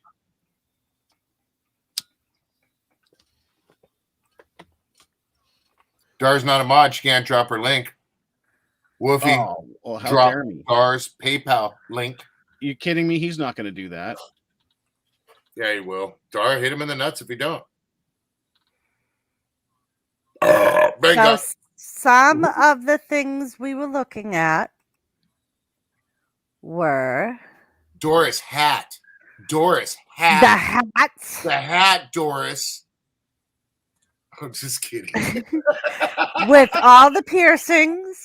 Even though Wolfie already has his own mustache, we also got another mustache with the whole thing. And we got a tiger shirt similar to this one that you see here, but it's gold and black instead of just blue and black. And then we looked at Wow. Awesome. Dar, you should now be able to drop your link. chaps. Hush, Wow. little Assless chaps, because as you know, and they even have spurs. He was known for wearing spurs in the documentary with his boots. So we need those too. And of course, to get it real good, we need a walking stick because he always used a walking stick. And we could really go crazy and just make it look more Doris, realistic. Will those spurs, you need a horse? No. That's right. No link equals Bangkok. Right, Jenna? Yep. And Dar, you should be able to drop that now. I've gone ahead and given you the wrench. That's fantastic. Yeah, Cody, that's such a great command. I love Exactly, Wolfie, which is why we want to be able to Cody. get more money than what we're seeing for prices because everything is more expensive in Canada. We've already worked that into our equation, Wolfie, so fuck off. Don't you guys have Amazon Canada and just can't Dar order it through there? They do, but it would still be on Amazon in Canadian prices. And if we bought it here and had it shipped to Dar, it would probably cost us more because of the shipping. Well, that's what I was going to say. Yeah, it would cost more. Right. So either way, like all the things that we find and we're showing, like Dar can find the same things, but obviously her prices are going to be a little bit more than what we see on our Amazon. Yeah, that's why I have such a hard time with even any giveaways. I'm going to do a YouTube button. And that's why we thought. I'm sorry, hat. And that's why we thought it would be better for people to just donate to Dar's PayPal and she can buy the stuff herself. That way, like, we're not guesstimating and on what it would cost for us to do it. For fuck's sake. I'm looking for your text. I'm not sure where they're coming to. Brother. I can drop my phone number right on here. I don't care. You know what I mean? No, Skinner's trying to message me, but I'm not seeing or getting his message. Sorry, I don't mean to interrupt. I wasn't sure if you were talking to Skeeter or Skinner. Oh, Skinner. Skinner Farms, my good friend Skinner. Yeah. So yeah, if anybody would like to donate and help fulfill the Make-A-Wish, and actually the Make-A-Wish came from Kathy Bates, who pleaded her case for this wish, and this is why we want to fulfill it, to make sure that Kathy gets her wish fulfilled, to see Wolfie dressed as erotic Joe or Mo before she dies, because as Kathy will say, she's an old woman and she needs surgery, and the last time she had this surgery she almost didn't survive. So before she agrees to have this surgery again, she wants that one wish to see Wolfie dressed as erotic Mo. So anything anybody can contribute would definitely be appreciated, and we'll go a great lengths to getting closer to our goal. Yes. There is how much was there so far? I think at the end of the roundtable stream, including the $20 Super chat. super chat, it Mhm. was at 68 and change. Okay. I'm very sorry, guys, that I can't contribute to this, but I'm keeping my funds for the NBA. What's that? I'm sorry, but I have to be a supporter, and I Got it. have to, yeah, you know. And just like we were saying, it's going to be like in our, so we were getting the total from Dar from her PayPal because it would already be converted to Canadian money, so it would be an accurate amount in her PayPal. If you understand what I'm saying. Yeah, I would say that maybe on the next NBA, it may be making it epic without weaponry. Without weaponry. Without weaponry. Yep. Strictly hands, basically body parts only, no weapons, no. Yep. Did I mention without weaponry? Maybe that you can take those sponsorship funds and funnel those towards the Joe Neurotic. Skeeter is live on a title slate. Yep. It is time to go ahead and shut this down. It's a little late. Okay. Oh, is he running behind? I think he might have kicked off now. Last word was 7 minutes. That's probably 10 minutes ago. Yeah, because I know he said midnight, but it's like only a minute till midnight, so he may have started a little bit early. And Cody, if you're interested in the Lone Star, in the roundtable report on the Tiger King, you can check out Lisa of the Roundtable. That's the channel that it's usually displayed on. There are a couple of those on my channel, but most of them are on Lisa's channel. Yeah, if Lisa, if you're still here, go ahead and drop your link. Type moist. And if she's not, I can always. Yeah. Oh, okay. And now, finally, before we leave, so I don't get yelled at because I waited for the last minute to say this, Dar, I saw your comment. I looked it up on the computer, so I'll go ahead and check that out. I do see some info, but I don't see any app links on my computer yet. So I'll search into that some more on this computer because I've never tried to link it up. Well, you know what? I think I have tried to link it up to this one last year. So that is the link that the roundtable report shows on once we get back up and running. So that is the channel that will be showing the Tiger King roundtables. So if you have any interest, you can sub to that channel and All right, so I'm dropping Skeeter's link right now to the video for the stream. Chetter, you already dropped that for me in a private chat. I see. Yeah. Yeah, that link I gave you was his main channel link. Don't go yet, Doris. You can get there now. What's up, Dorito? Doris, I like the hat thing. Oh, Go ahead. That's kind of like because squirrel. That's where my reference, where I like Luch. That's what he started calling it. That's where the squirrel thing comes from with me. Is I get, and so that's why he goes squirrel. So that's kind of cool. So every once in a while, Dorito, I'm okay with that. I'll be like, huh? Okay. Okay. But thank you for having me up, Dorito. Thank you for Doris. taking my criticism and my joking. Oh, you know, I love it. Thank you for the entertainment. I'll see you guys. Thank you guys. Chetter, thank you. Chip, great to see you. Doris, Later, man. Nice to see you too, Colin. And before everybody goes in chat, Nightbot drop the link for Wolfie's channel. He is starting to stream now, so go ahead and check him out. Wolfie's starting to stream right now? No, but he's starting to stream. Oh. But not right now, but I was like, wait a instead minute, of I thought Skeeter uploading was- videos. All right, guys. So, we're going to Skeeter. Yep, we're gonna head right over to Skeeter's. Later, man. I'm going to hit the private chat. Hopefully, that'll take me to him. Yep. All right. Well, Cheers. you know what? One main thing I want to say about this whole chat or this whole thing, it was great and everything. Oh no, where did he go? Nope, he does that on purpose. I know. Hey, Chetter, are we good to jump across or? Yep, good to jump across. I just given you some time to get that link and head on over. All right, I see private chat with one link, and I'm gonna click on that. Chetter, thank you so much. Great show tonight. Oh, yeah, thank great. you. Thanks for coming up. No, thank you for having me, LP. I totally unexpected, and thank you so much. It was great to hear. Great to hear everybody, and great to share too.